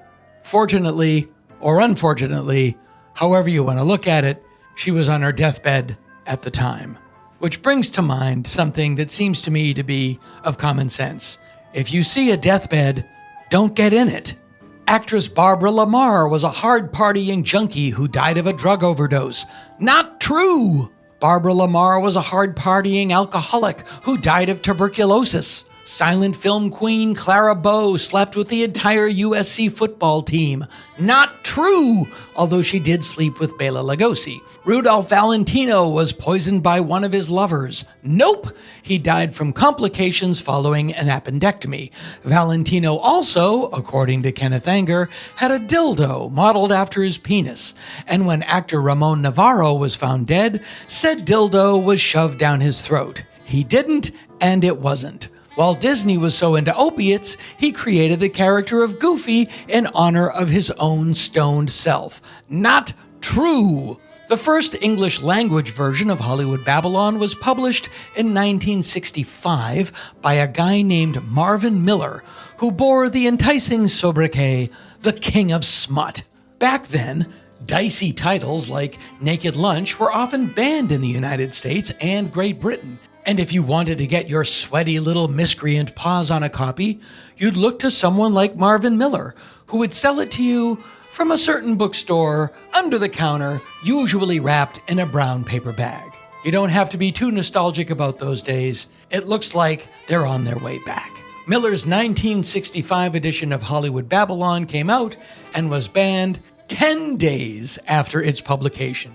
With the hippie movement of the late 1960s, the world seemed to catch up to Kenneth Anger's sensibilities. His rising fame coincided with that of another Aleister Crowley devotee, Anton LaVey, head of the Church of Satan.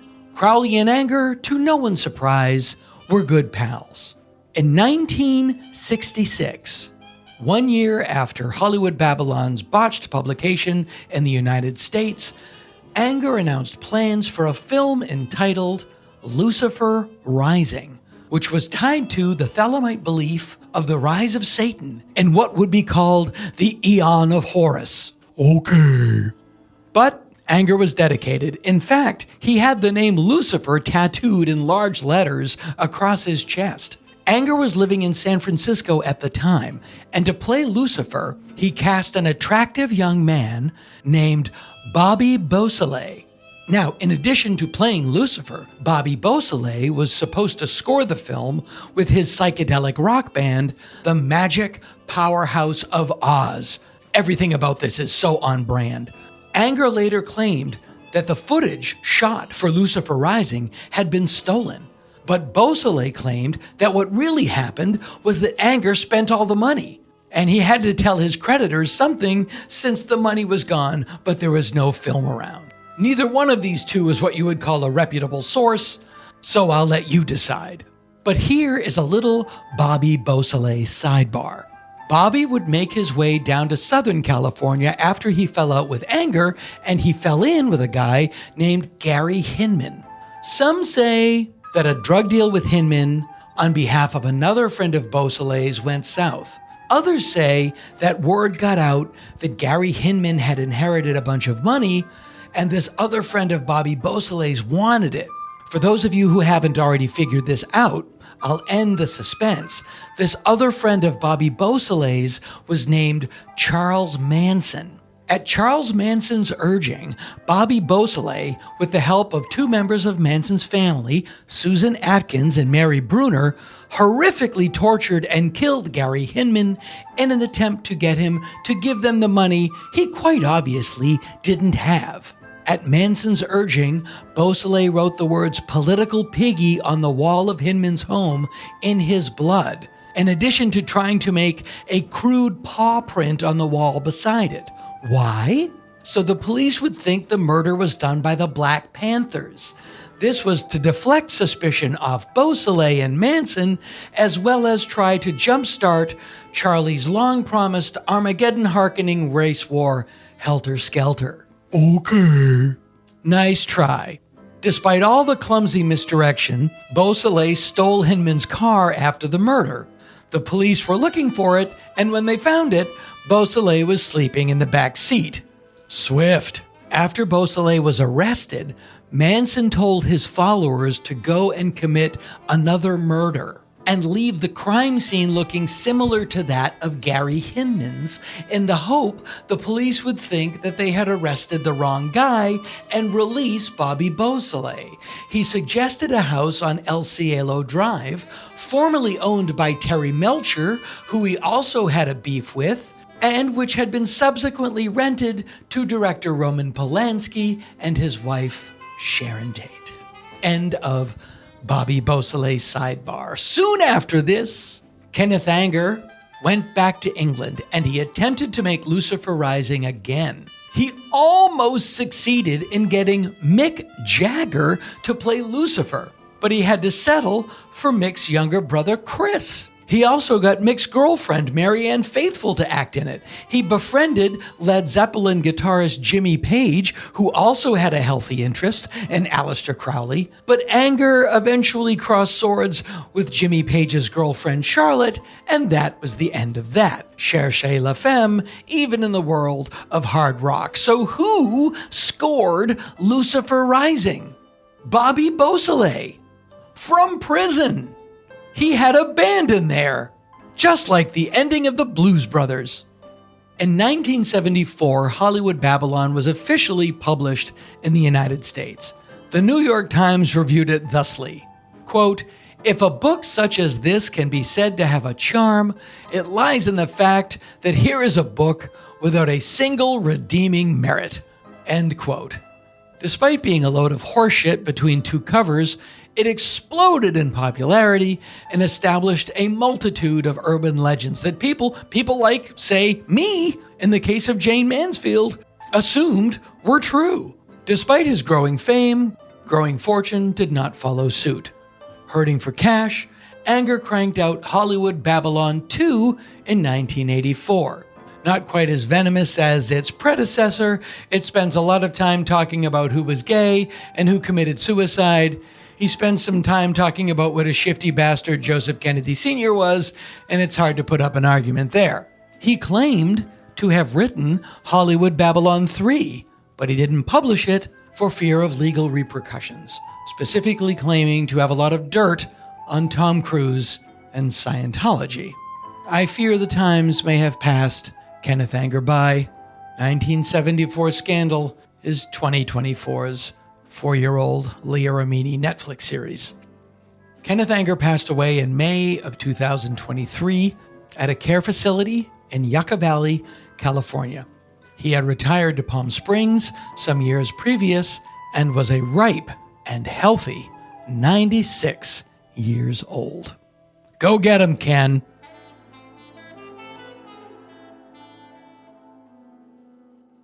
Attention disc jockeys. Please note, there are 3 one-minute spots for the exotic ones and 1 30-second spot. When using the one-minute spots, please rotate from number 1 to number 3. In other words, fellas, use them alternately. Don't stay on just one spot. We would appreciate that very much. Now stand by for your first spot. And now, on with the show.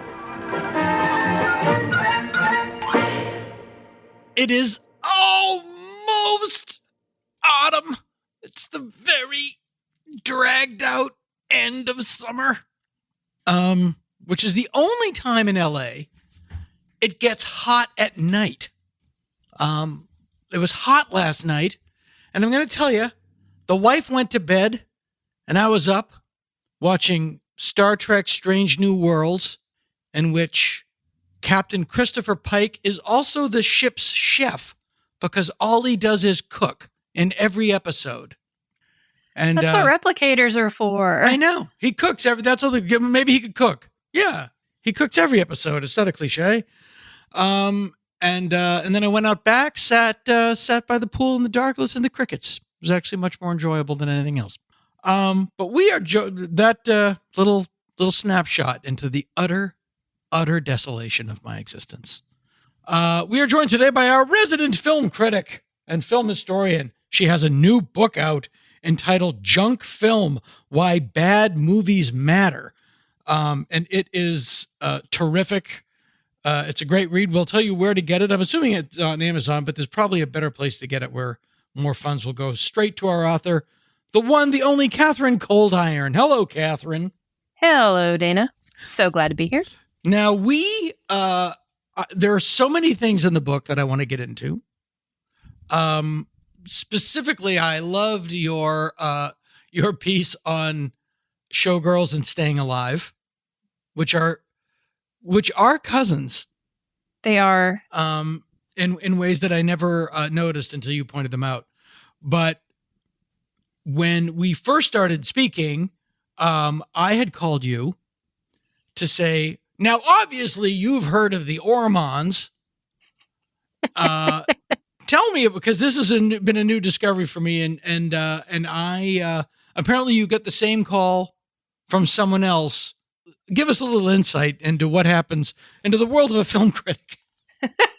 So what happened was I was recording on a long anticipated podcast. I had been looking forward to talking to the guys from The Take Up, which is a podcast run by St. Louis film critics. And I had already kind of, one of the co-hosts, Andrew, and I had shared a lot of good times together on Twitter already, but I didn't know the other co-host, Josh, all that well. By the way, not to interrupt, but you rarely hear Twitter and good times in the same sentence. Yeah, but we were buddies. It was great. We would commiserate about the state of movies and the state of Twitter and the state of human life generally. But for his own mental health, he's not on Twitter much anymore, and I mourn his loss. I miss him like crazy. I quit. Yeah, I saw you did. Yeah. A bunch of the good people have quit. When I saw the X light on the building, I just thought, I don't want to be a part of this anymore. Fair enough. So I was recording on that podcast and we were talking about Deliverance. because they're doing a series on Quentin Tarantino's book, Cinema Speculation. Yes. And they gave me the opportunity to pick which movie I wanted to talk about. And I said, well, I'd love to talk about Taxi Driver because Scorsese is my favorite director. And they said, well, if we do that, we'll kind of have a little bit of a Schrader fest. And I was like, okay, I don't want to contribute to a Schrader fest. And I said, well, then how about if I pick Sisters? Again, you rarely hear Paul Schrader and Fest. Fest, yes. A Calvinist fest. Yes. Woo, Calvinism. So I'd like to pick Sisters. And they said, okay, well, if you do that, then we'll have a little bit of a De Palma fest. And I was like, well, I don't want to contribute to a De Palma fest either. So of the choices, I picked Deliverance because I knew I'd have something to say about it.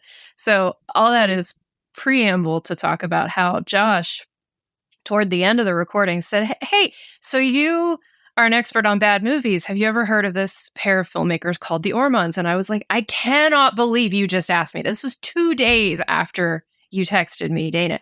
And this is twice in a week when no, I've never heard of them before.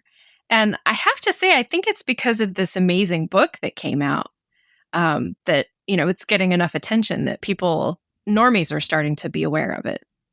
Yeah, the presentation of this book and the Blu-ray collection of the films is it's just gorgeous. It is. Yeah, I did buy the Blu-ray set, and it looks like they're running low in that there are probably only 2,000 copies left to sell. But I mean, I'm really glad I bought it because it's a gorgeous box set and it's full of delightful curiosities. As an Ed Wood freak, to discover the Ormonds, it's like loving the Who, and then you also but you've never heard of the Kinks, and then he's like, "Oh my God, this is great!" It's this whole other thing. So accurate. That's completely true. Yes. Yeah, and they share a lot of cast members. They share an approach in the world, and I find that if you boil Ed Wood's career down to like the in the Alexander Karaszewski screenplay, it's Glenda, Glenda, Bride of the Monster, Plan 9 from Outer Space, and I think you can do that with the Ormonds with Please Don't Touch Me, The Exotic Ones, and If Footmen Tire You, What Will Horses Do? The most word burger film title in cinema history. It's a pastor's title for sure. Yes, and again, as we talked about with Jimmy McDonough, then you could make up these names. I couldn't make up Estes Perkle. No, and the fact that even before the God films, that they hooked up with someone named Ormond McGill, totally. I mean, that's the kind of thing I'd see that in a credit, and I'd be like, okay, so they just made up this guy. This guy's name, it's not a real name. Speaking of a made-up name, I mean, I'm not trying to disparage Sleepy LaBeef, but that does not sound like. I mean, that sounds like a character name in a hillbilly movie that someone who had never been to Kentucky wrote. He was the Robert Mitchum of rockabilly. He had these half-lidded eyes. Which of the films from the Blu-ray did you see? I watched 4 of them. I watched Please Don't Touch Me, The Exotic Ones, If Footmen Tire You, What Will Horses Do, and The Burning Hell. Right. I felt like that was a pretty good sprinkling of, the different, and I could not bring myself to watch any of the hillbilly movies because hillbilly movies are hard to watch. And yet Deliverance is the movie that you wanted to... Yeah. I'm sorry. That is the Citizen Kane of hillbilly movies. That's true. You're not wrong. But I also thought I've seen, I think, 2 other movies about women falling weirdly in love with great apes, and so I couldn't bring myself to watch Untamed Mistress either because I've seen that done. I don't really need. It's distasteful. Yeah, I mean, generally they are. Yeah, I understand. I'm with you on that. I loved all of them. I loved all 4 of the movies that I watched. I didn't think that I would enjoy them as much as I did. They are. They're one like Plan 9 specifically, they're beautiful to look at. The color and the era, and I love seeing like in the Exotic Ones. I love seeing what New Orleans looked like in 1968, and they didn't have permits. They're just walking. No. It's just like, oh wow. You have this book called Junk Film: Why Bad Movies Matter. Where can people buy it? Actually, Amazon is the best place to buy it. Amazon is the best place to buy it. Okay. If you would like to PayPal me $17, I will very happily mail you a copy with some stickers. I can sign it or not sign it, as you prefer. But in terms of retail outlets to get it, Amazon's the best place. Okay. And I don't want to give out your PayPal on the... It's on my website. You can find it. Yeah, right. And your website is? kcoldiron.com. Like you wouldn't want to iron your clothes with a cold iron. Right. First letter K. kcoldiron.com. That's good. Because what might happen to you with PayPal is that you will get what my children have learned to do, which is just a request for vast amounts of money. I mean, your children aren't spam people, are no, but they? I will occasionally get $27,000. Lulu has requested $27,000 for crumble cookies. Like, no. Nice try, though. Good try. You never know. That you can always ask. There may come a day when you say yes. You never know. It only has to work once. Yes. So how would any of these films fit into the thesis of the book Junk Film? Yes.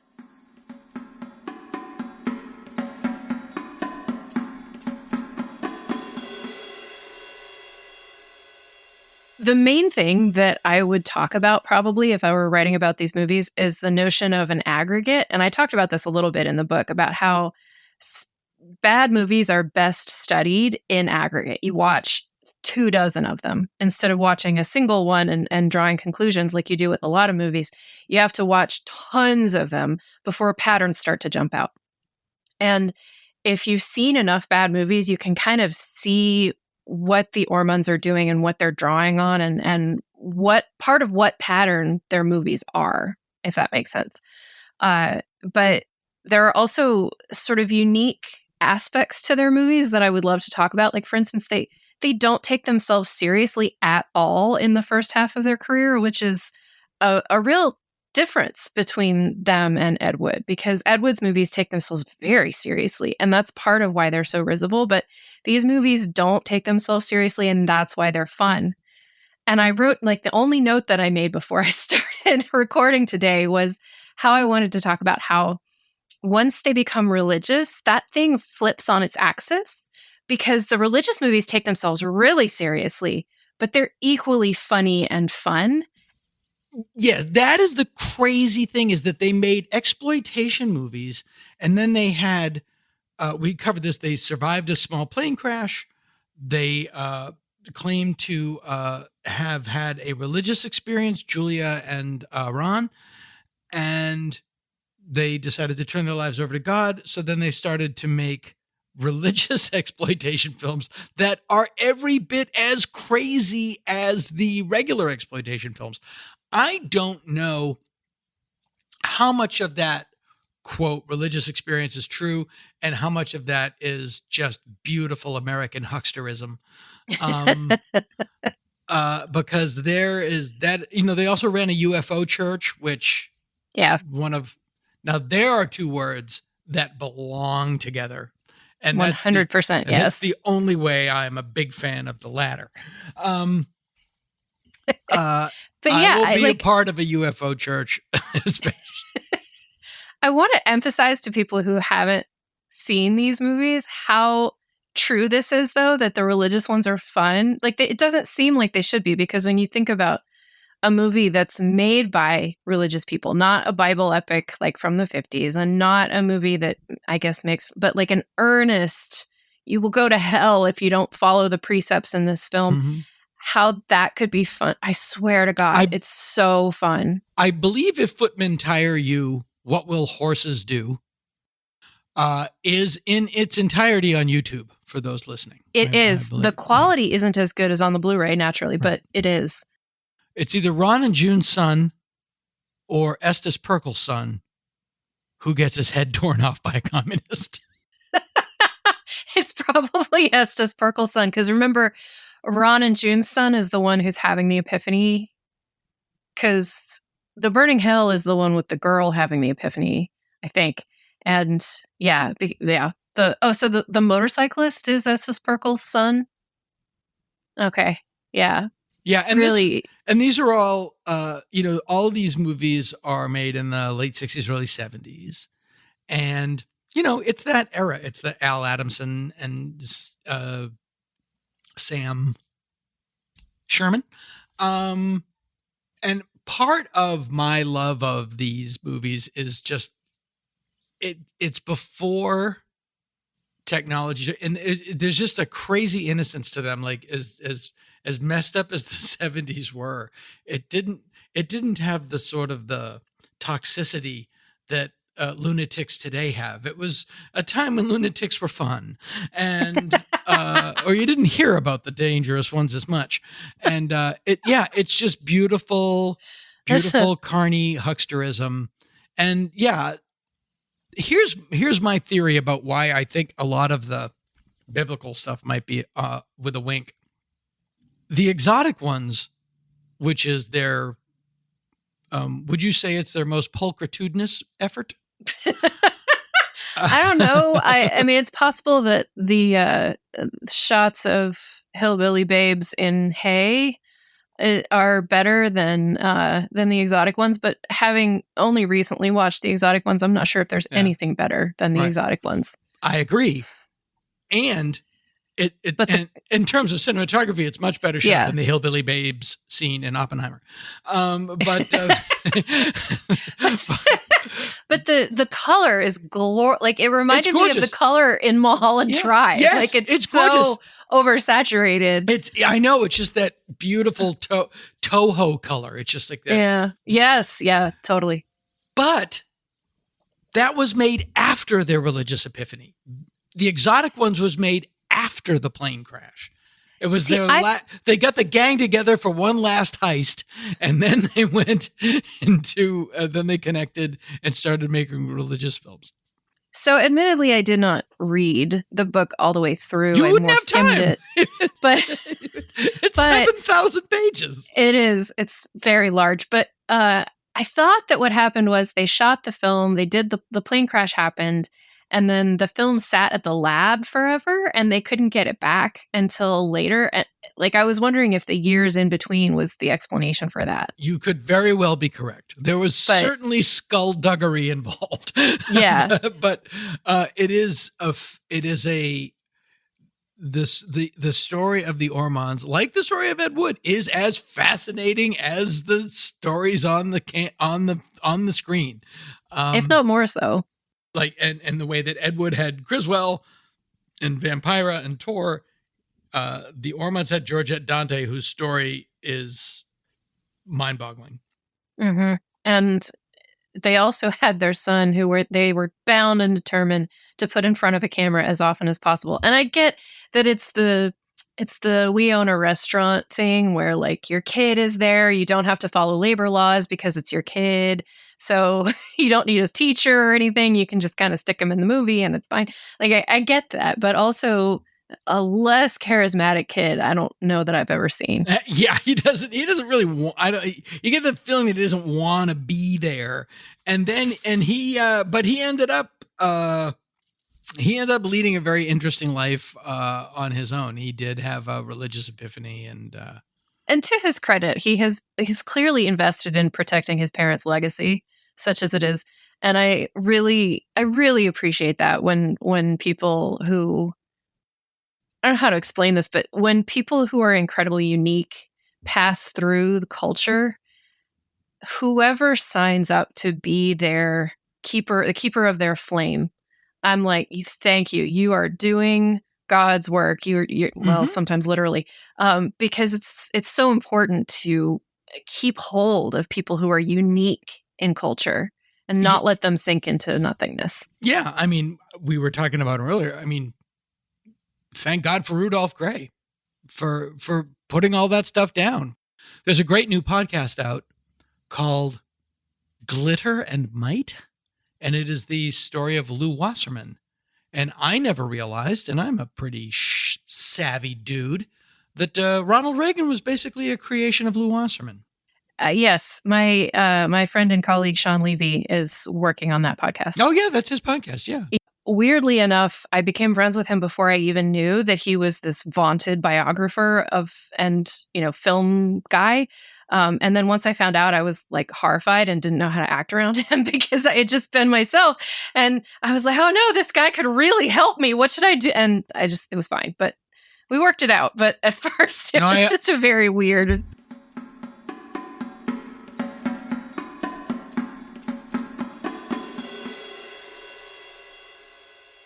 We first met when I read your monograph on Plan 9 from Outer Space, which is included in Junk Film. What was the thing that motivated you to write this book? And then I want to get into some of the more fascinating things that I never actually thought to look at. And like, you have some really great theories that work really, really well. Thank you.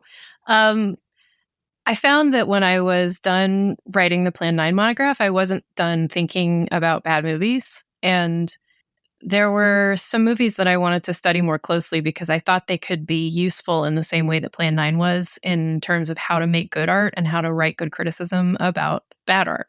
Mm-hmm. And the more I did that, the more fun I had. And I also ended up placing some of those essays. And I had just finished a collection of essays that I'd spent like 4 years writing, and I couldn't get nibbles on them. No matter how I tried, I sent them out all over the place for years and couldn't get them published. But these just got snapped right up.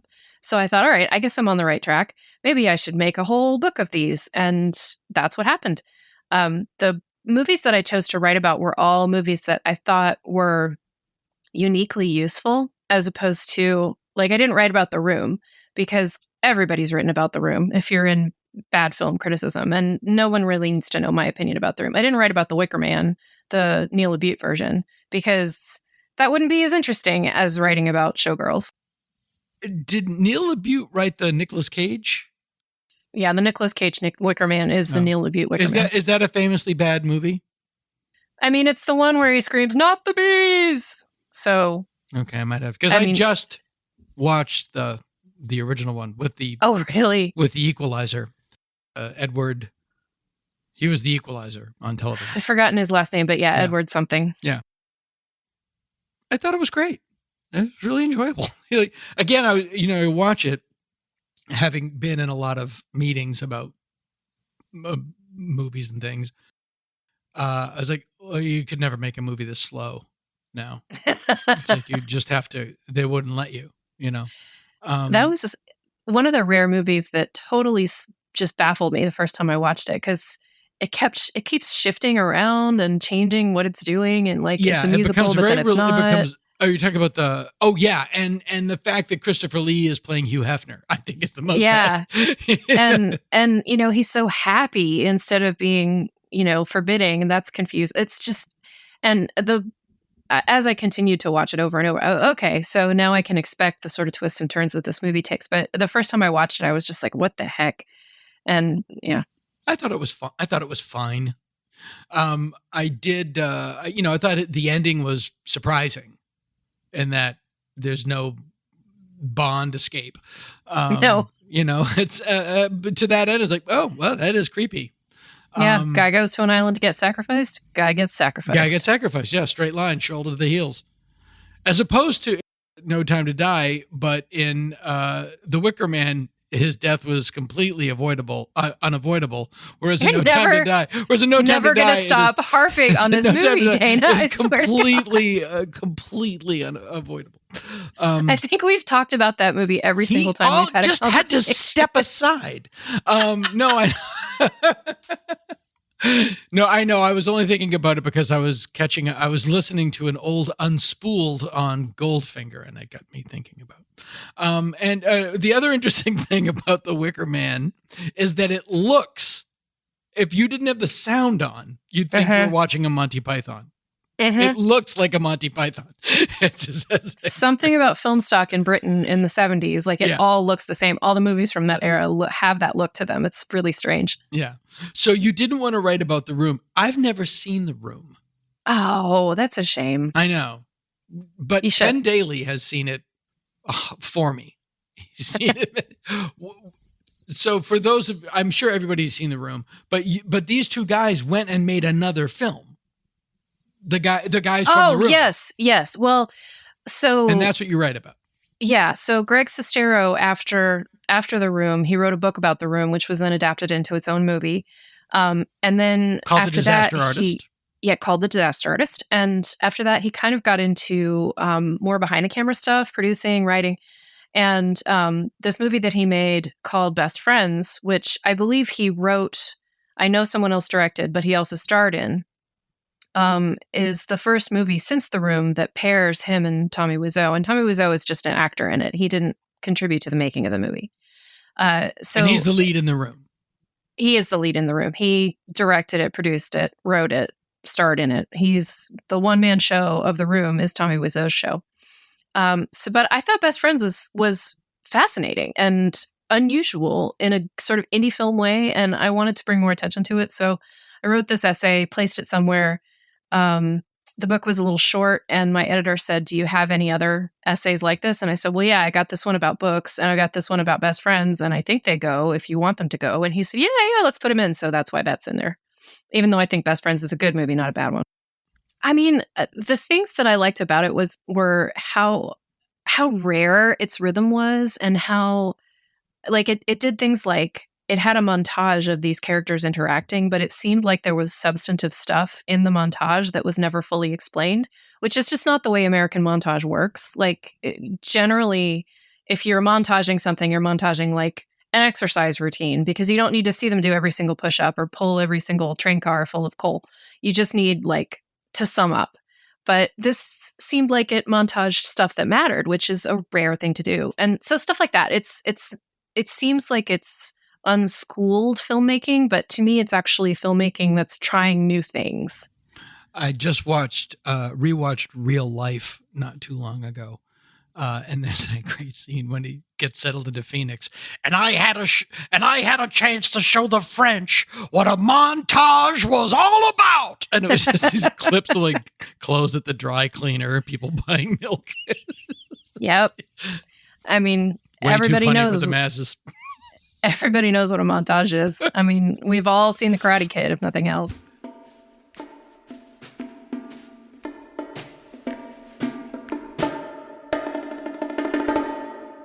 When we did Plan 9 live, then people said, "Oh, you got to do another movie." And you and I talked about this. It's easier said than done, because a lot of bad movies, to do it as a live stage read, like we're doing at Largo on October 10th, Plan 9 Live, write it down. Just like a typical bad movie doesn't translate, because for this particular instance, it has to be dialogue. There's so much that has to be done in the dialogue. One that we looked at that you write about is Attack of the 50-Foot Woman. Yeah. In which next to nothing happens, as you point out. Yes, correct. But the title that came up more often than not was Showgirls, which is a famously terrible movie. And you have a really brilliant piece in the book where you talk about its sort of cousin, Staying Alive. You nailed it. Like, you nailed Plan 9, which was the reason it's so great is because it's a bad movie that thinks it's doing great. And this one, you nailed what is wrong with these movies, and that every single character in these films, save one, is a fucking sociopath. Nobody behaves the way a human being would behave. Not one of them. No one. And the thing is, I love to dump on Joe Esterhaus. Like, I love it more than almost anything in the world. I love to dump on Joe Esterhaus. So I fully understand why the screenplay for Showgirls is full of sociopaths. But Staying Alive was written by, in large part, Sylvester Stallone. And I don't know what to make of that, because I know that he has the capacity to write a really good screenplay. We all know that. And yet, what? He wrote this? Well, I remember when Staying Alive came out, and I actually did go to see it. And one of the reviews that I remember reading was, it has nothing to do with Saturday Night Fever, which it really doesn't. It's all Sylvester Stallone can do now is Rocky, and it's just Rocky. Yes, yeah, it's Rocky it is. in tights. I don't see being a successful dancer on a show on Broadway as a giant thing.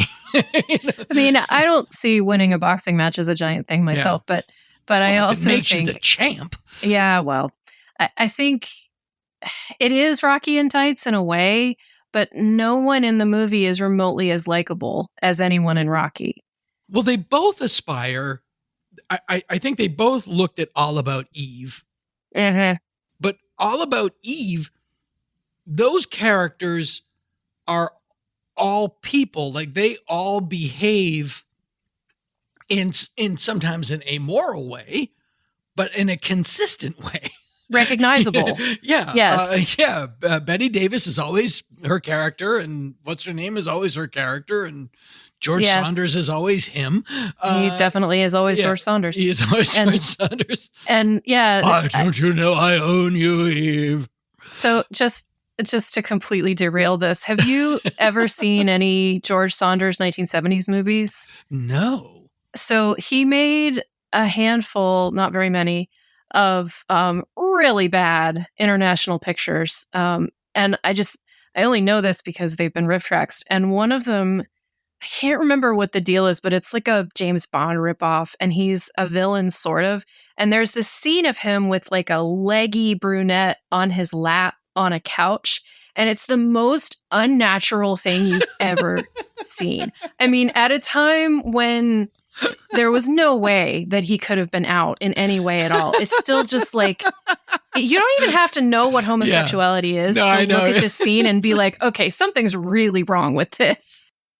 Both, definitely Showgirls is inspired by All About Eve. Like, it's kind of like if you took Joe Esterhaus and you made him write All About Eve, you would have Showgirls, which is, what the movie is. Yeah. And Staying Alive does have some elements of that too. And it's a little bit like Rocky and All About Eve tossed together, but with no one who behaves like a person.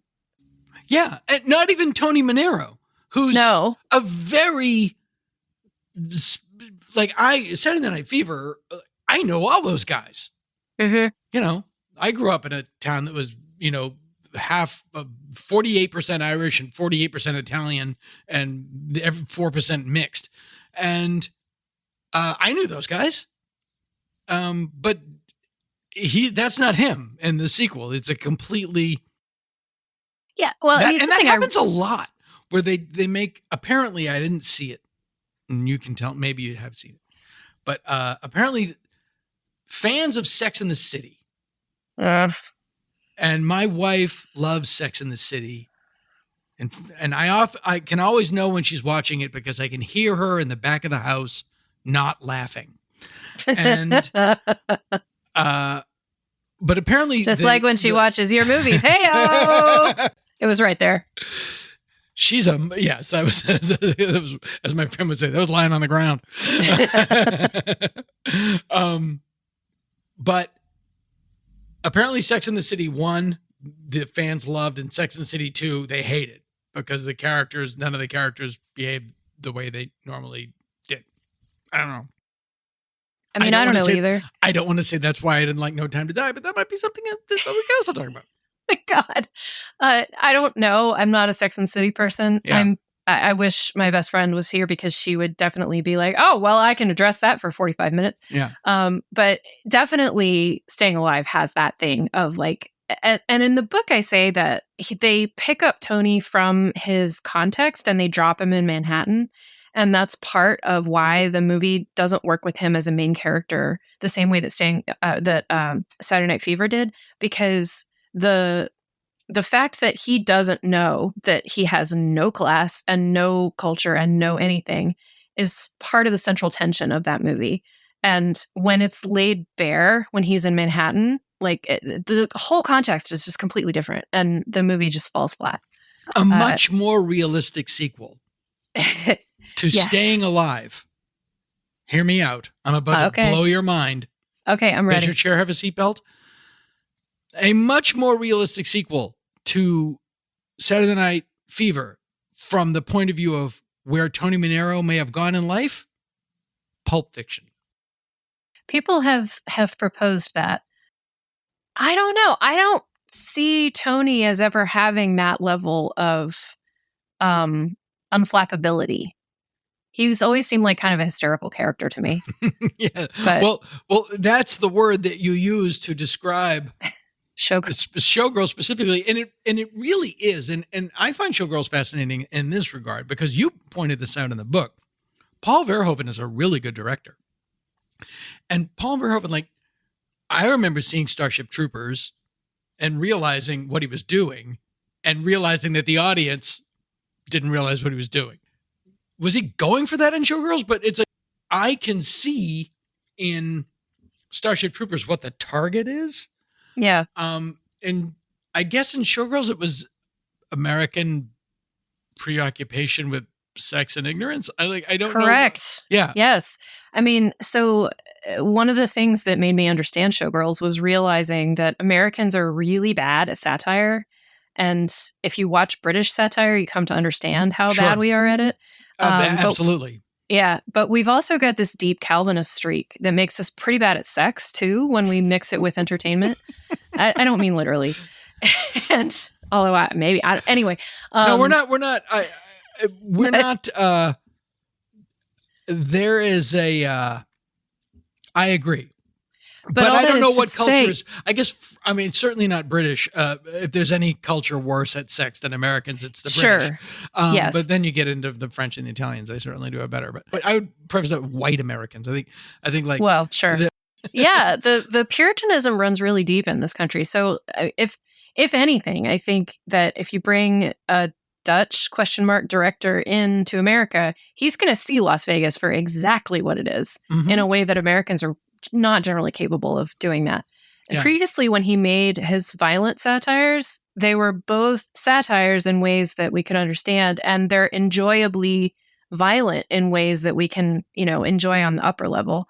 Right. But if you do that to sex, then Americans are going to be like, what is this? I don't understand. Yeah. So is there a movie that does that? I know that, like, in terms of a book, I think you could say Candy, maybe, but the movie certainly didn't succeed.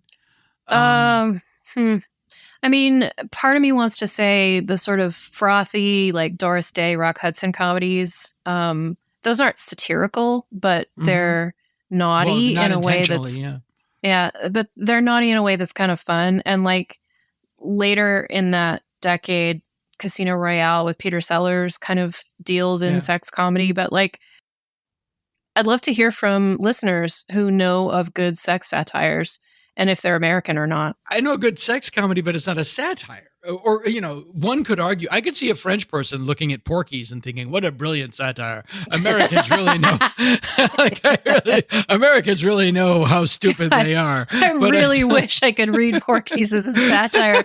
Oh, that would make me so happy as a feminist to be able to But it is like in the way that it would take a guy from Oxford to come up with a ministry of silly walks. I could see like Terry Southern and Stanley Kubrick going from Dr. Strangelove to Porky's. No, I mean, I like this though. Yeah, we'll have them fuck a pie. We'll reading 80s sex comedies as like, Weird Science is a satire.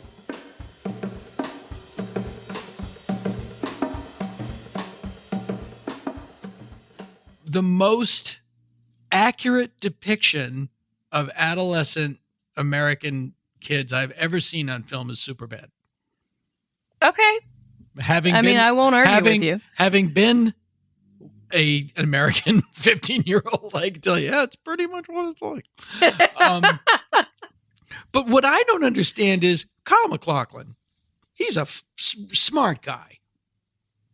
He is the only one. There's no way he didn't know this is like, what do you think? Like, you watching her flip around in the hot tub like a dolphin, and are you thinking like, yeah, but it's going to cut really well? Like, no. This is it. No way. I'm positive he's the only one, maybe Gina Gershon, but Kyle knows exactly what movie he's in. Yeah. And the fact that I've seen him on Twitter having a sense of humor about this movie, even after all these years. So I'm positive that he either did this for money or for a lark or whatever. What does he say? I'm curious. No, just someone was like, people, put memes there and tag him and are like, Harry, dolphin sex, ha ha ha, and he does little emojis of dolphins and good. Yeah, he knows what he's doing. He's amusing. Well, it's like George Clooney. I was listening to Unspooled with Amy Nicholson and Paul Scheer, and they were talking about Batman and Robin, how George Clooney to this day apologizes for Batman and Robin, and they point out, and it's really true, if he would stop apologizing for it, people would forget he was even in it. People don't even know he was in the movie. That's the Streisand effect. Yeah. Oh, is that what the Streisand effect is? I mean, kind of. It's, the more you try to bury something, the more it's going to be apparent to the public that not only that it exists, but that you're trying to bury it. And how does that come from the Streisand effect? What is the origin of that? I no longer remember, but something to the effect of she was embarrassed by something, and so she tried to have it, buried. Sure, I don't remember. Oh, I didn't know that was called the Streisand effect, but I totally understand. Yeah. I totally understand. Yeah. I should look that up though, just to make sure I'm not completely I guess wrong. the ultimate example of the Streisand effect would be in the early 70s or the late 60s. Steve McQueen took out an ad in the New York Times requesting people not watch The Blob. Yes, that's and you're not helping your case. Yes, I just looked it up, and yes, that's the Streisand effect. Yes, that's a great example of it with The Blob. What is the end of Showgirls? Because I know it did destroy Elizabeth Berkley's career. Like it smashed it on the launch pad. Yeah. And in a way, I mean, it's a great parable for kind of how women get the blame for things that go wrong when it's not really their fault. Like, I actually love her performance in Showgirls because it is hysterical, but it's also exactly what's required of that role. She does everything the director asked her to do. Absolutely, yes. She is in these situations, the actors are blameless. Yes. So, but in the end, she leaves it all behind and hitches a ride to Hollywood. And sort of the last shot of Showgirls is showing how, the sign that shows how many miles you are from Los Angeles, leaving Las Vegas. And so the sequel was, Nomi Takes Hollywood. And I don't know what to make of that. But the sequel could have been, all right, now I'm going to pitch you my two sequels that if I made them, they would be thematically respectable sequels to their original stories, and they would bankrupt the studios because no one would see them. But Nomi would go to Hollywood and basically get cast in a movie like Showgirls, and she would realize what she's doing. You would basically parody the making of Showgirls, starring Nomi making her own story. See, but that pokes a hole in the satire. That's no longer satire if she comes to. But it is a story that you could tell that would be like, oh, okay, that's a sequel. That's true. Okay, yeah. I'm listening. No, yeah, the satire would be, gosh, I don't know. See, because the satire is Boogie Nights, right? She goes to, and this is the highest she can possibly climb in showbiz, is to be a porn actress. Yeah, true.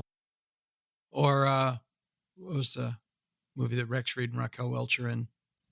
Myra Breckenridge. Yeah, that might have been it. Russ Meyer could have made it. I mean, Russ Meyer could have made anything. Yeah. But here's my other sequel that would have bankrupted the studio. Jaws 2. It's completely Chief Brody's PTSD. And he's out on a boat in the ocean fighting a shark, and and at the end you realize it was never a shark. So the old man in the sea. You get all the action, but you get all the action, but at the end, never happened. Get out of my office. One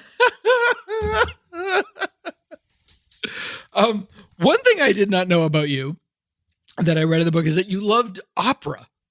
Yeah. And you used to go to opera a lot, which led you to, you know a lot about musicals. I know nothing about musicals. And you go on at length about comp rock. But what I was surprised that you didn't go into was I'll Say Anything. One issue is that I can't bring myself to criticize James L. Brooks in any way ever. Well, and it's not a musical. No. There's no songs in it. They made it as a musical, and then it didn't work, and they took out all the songs. And it's a musical without songs. Okay. And they just kind of made it into a movie, but it's not really, it's not, steak or fish. Apparently you can see the musical version, but they took out the songs.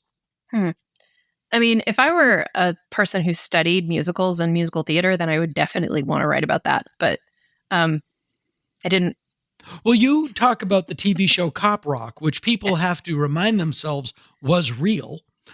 And again, made by Stephen Bochco, like a guy that knows what he's doing. It is one of those things where you go, like Showgirls, like, they were on the set. They know what they're doing. Well, but it's like you said at the beginning of this that you know nothing about musicals. And I was like, well, then you should not make a musical TV show the same way that I would have said that to Stephen Bochco. Right. Yeah. If he asked me. Yeah, I would never. And the points that you make that, again, I didn't even know about is like the songs in musicals all reveal something about the character that cannot be said in dialogue. That there's a reason there are songs there. And that's the musicals that I see mostly were the Disney musicals and the Pixar musicals, because those are what I had to go see every weekend for 10 years. Yep. But they always, and you can set your watch by them. They come right here and you find out what's really going on. You come over and you find out what's really going on. But in Comp Rock, it was just more like, water, now I'm drinking water. Yes. And there's a great episode, I wrote about this, but there's a great episode of Buffy the Vampire Slayer that's all musical because a demon comes to town who puts a spell on them where they all have to sing everything. And that's there are brilliant. That's brilliant. Yeah. There are these like little 3-second songs in the show. There's this guy who sings about getting his shirt back from the dry cleaner. They got the mustard out. And so like even that is a transitional emotional moment because he is happy that they got the mustard out. There's this little bitty song where a woman pleads with a police officer not to give her a parking ticket, and she's pouring her heart out. It's there's always got to be some kind of emotional stakes to make a song. Otherwise, you've just got plot songs, which are garbage. I believe that episode is called "Once More with Feeling." Am I wrong? The Buffy episode. Yes, I think that's correct. Yeah. Yes, I'm hesitating because I know I called my essay that, but I think that's right. No, I think that's what it is. Buffy was. But yeah, once more with feeling, right? With feeling, not just singing about water.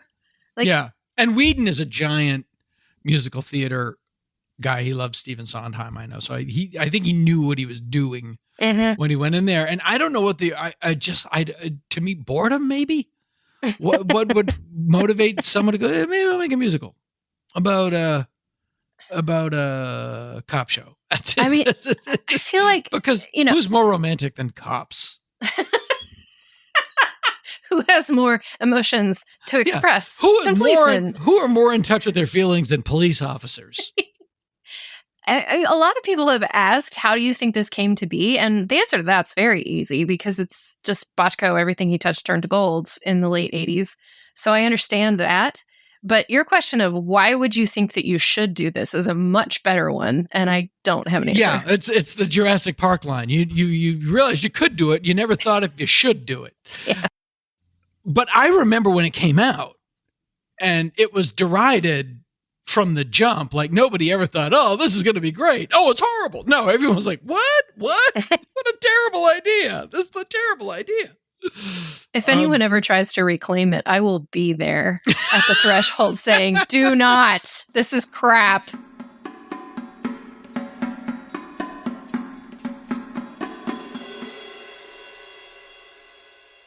Like, you have a great way of distilling things that I never, like, I didn't know I knew it.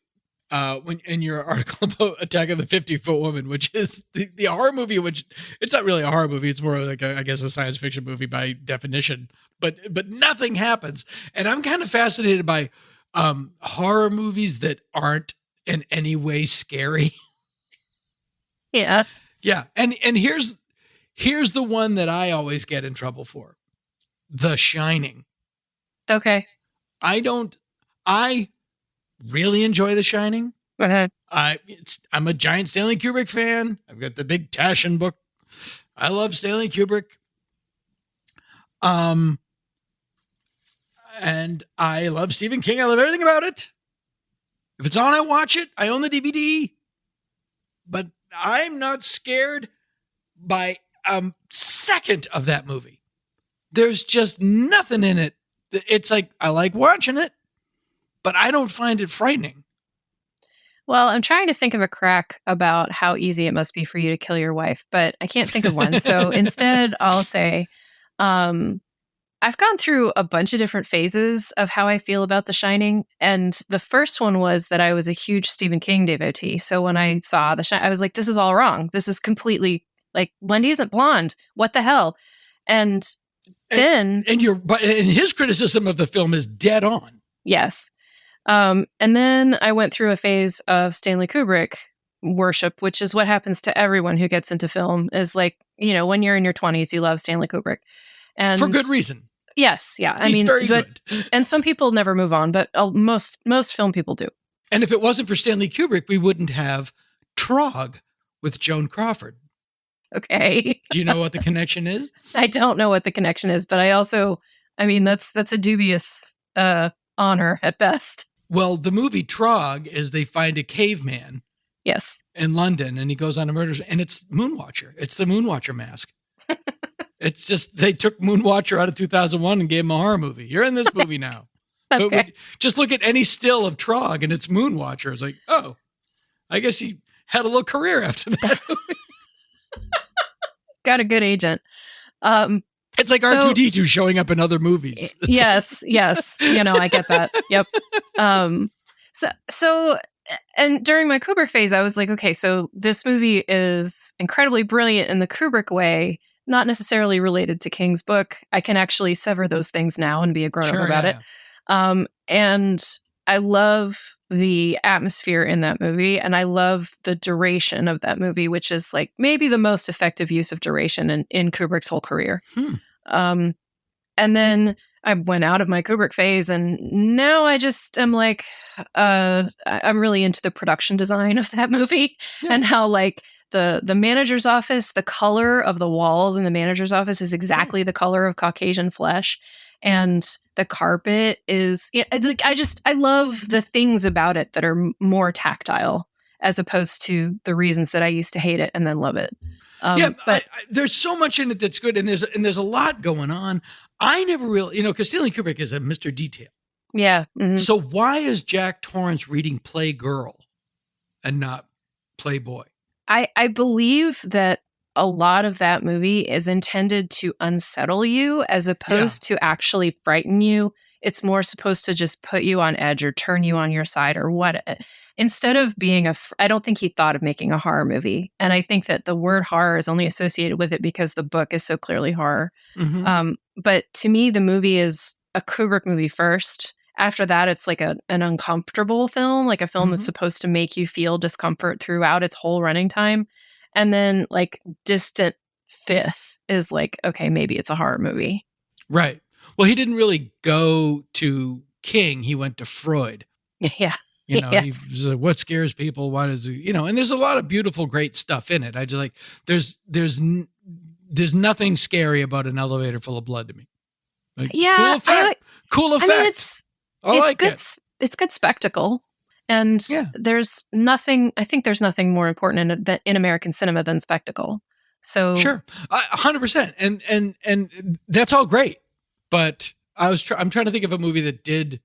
I don't get frightened at horror movies, but I appreciate that they're like, okay, that's a scare. That's a good one.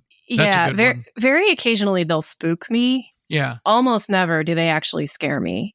But like there's some movies that leave like an icky residue on my skin. Like Event Horizon did that for me. Event Horizon's great. Event Horizon's great. A lot of people think it's actually scary, but I just think it's kind of yucky. I don't want to be affiliated with it. I was impressed at how much I liked the first Insidious. Okay.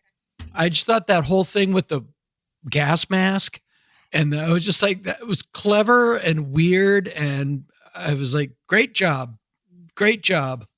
You know, hat off. Yeah, hat off. That's all I ask. Elizabeth, what's her last name from Mad Men? Moss. Elizabeth Moss, The Invisible Man. I haven't seen that yet. Really good. Well, part really of it is I understand it's a metaphor for domestic violence, and I'm kind of good. I don't need to see that. Sure, you don't need it. So you're saying it's bad? No. All right, movie. That's all right. Does this film change my opinion on it? Yeah, no, I understand that. Has there been anything? What did you? Obviously you saw Barbie and Oppenheimer. What do you think? I did. And actually, when I was on the St. Louis podcast, we were talking about, okay, let's touch on Barbie. Let's touch on Barbenheimer. Let's touch on it and then walk away. We're not going to talk about it for 45 minutes. And I was like, okay, I'm going to keep a nice little box around this and not talk about it too much. But I didn't like Barbie, and the reasons why are too long to get into. And I liked Oppenheimer fine. Neither movie changed my life. I'm happy so many people are enjoying them. I've only seen Oppenheimer, which I thought was fine. It was a well-made movie, as as heartwarming as any Christopher Nolan film. Yeah, emotionally resonant. We agreed it was like top half Nolan, which is fine. And from what I know, my kids like Barbie, which is great, and it sounds to me like it makes a really great point about American culture that really nailed 1959. I mean, I think it says some stuff that I think Americans could stand to hear if they haven't heard it already. If they don't have Feminism 101, then this is a great movie to do it. That's true. But I still, I didn't like it. I can't see it as aspirational no matter how hard I try. And part of that is personal because I'm never going to be a Barbie girl, like never. But isn't the point of the movie that was wrong? But isn't the point of the movie that that's not, that Barbie shouldn't be the goal? Yeah. I mean, the point of the movie is that being a real woman is very challenging in our society. And I mean, that's a good point for a mainstream film to make. Yay, good for you. But at the same time, these dolls are all made up perfectly. They're all wearing perfect clothes. They're all, the aspirational aspect of Barbie is just on the surface. You're changing outfits. You're not changing your profession. Right. And I think that's bad. And it's also, I don't want to get into it. I'm sorry. Have you seen the Birds Barbie? The existence of the Birds doll yes, but I don't know. Tell me what you mean. There's they made Barbies like Gone with the Wind Barbie. Oh, sure. Yes. And there is a Birds Barbie of her in the mint green pantsuit and birds. I think it comes with yep. But she's smiling. She's having a great time. Like she's smiling. She could be happier. The Wendy, it's like giving the Wendy Torrance Barbie, just like with the smile. Yeah, I mean, not every woman in the world has to be Barbified. Not every woman in the world has to wear pink. It's not necessary. It's not necessary. I've not seen it. I've not seen it, but my life is filled with women, and I want you to have everything you want. I think you're fine. I think you'll live. Because if a husband is alone in the forest, is he still wrong? That's some Buddy Hackett shit, man. Oh yeah, that's. I think my dad might have told me that one. Anyway, the book is called Junk Film: Why Bad Movies Matter by Katherine Cold Iron. You can get it on Amazon, or you can go to kcoldiron.com. We will be revisiting with Ms. Cold Iron very soon. Thank you so much for taking the time to talk to us today.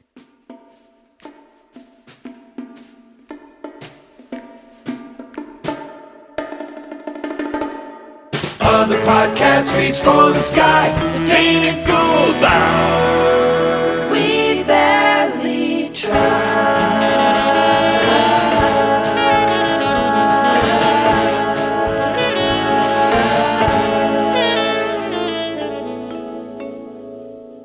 This has been the Dana Gould Hour, brought to you by the Internet. Music by Andy Paley with Jake Posner behind the board. Produced by Jeff Fox. Graphic design and web production by Spencer Hunt and Segan Friend. Sound editing and post-production by Jalinda Palmer and Joe Napolitano. Tom Kenny speaking. I'm a DJ, I'm a DJ, I'm a person, I'm a person, I'm a singer, I love to sing and DJ. Boom! Peace out. You want me? Peace out. Boom.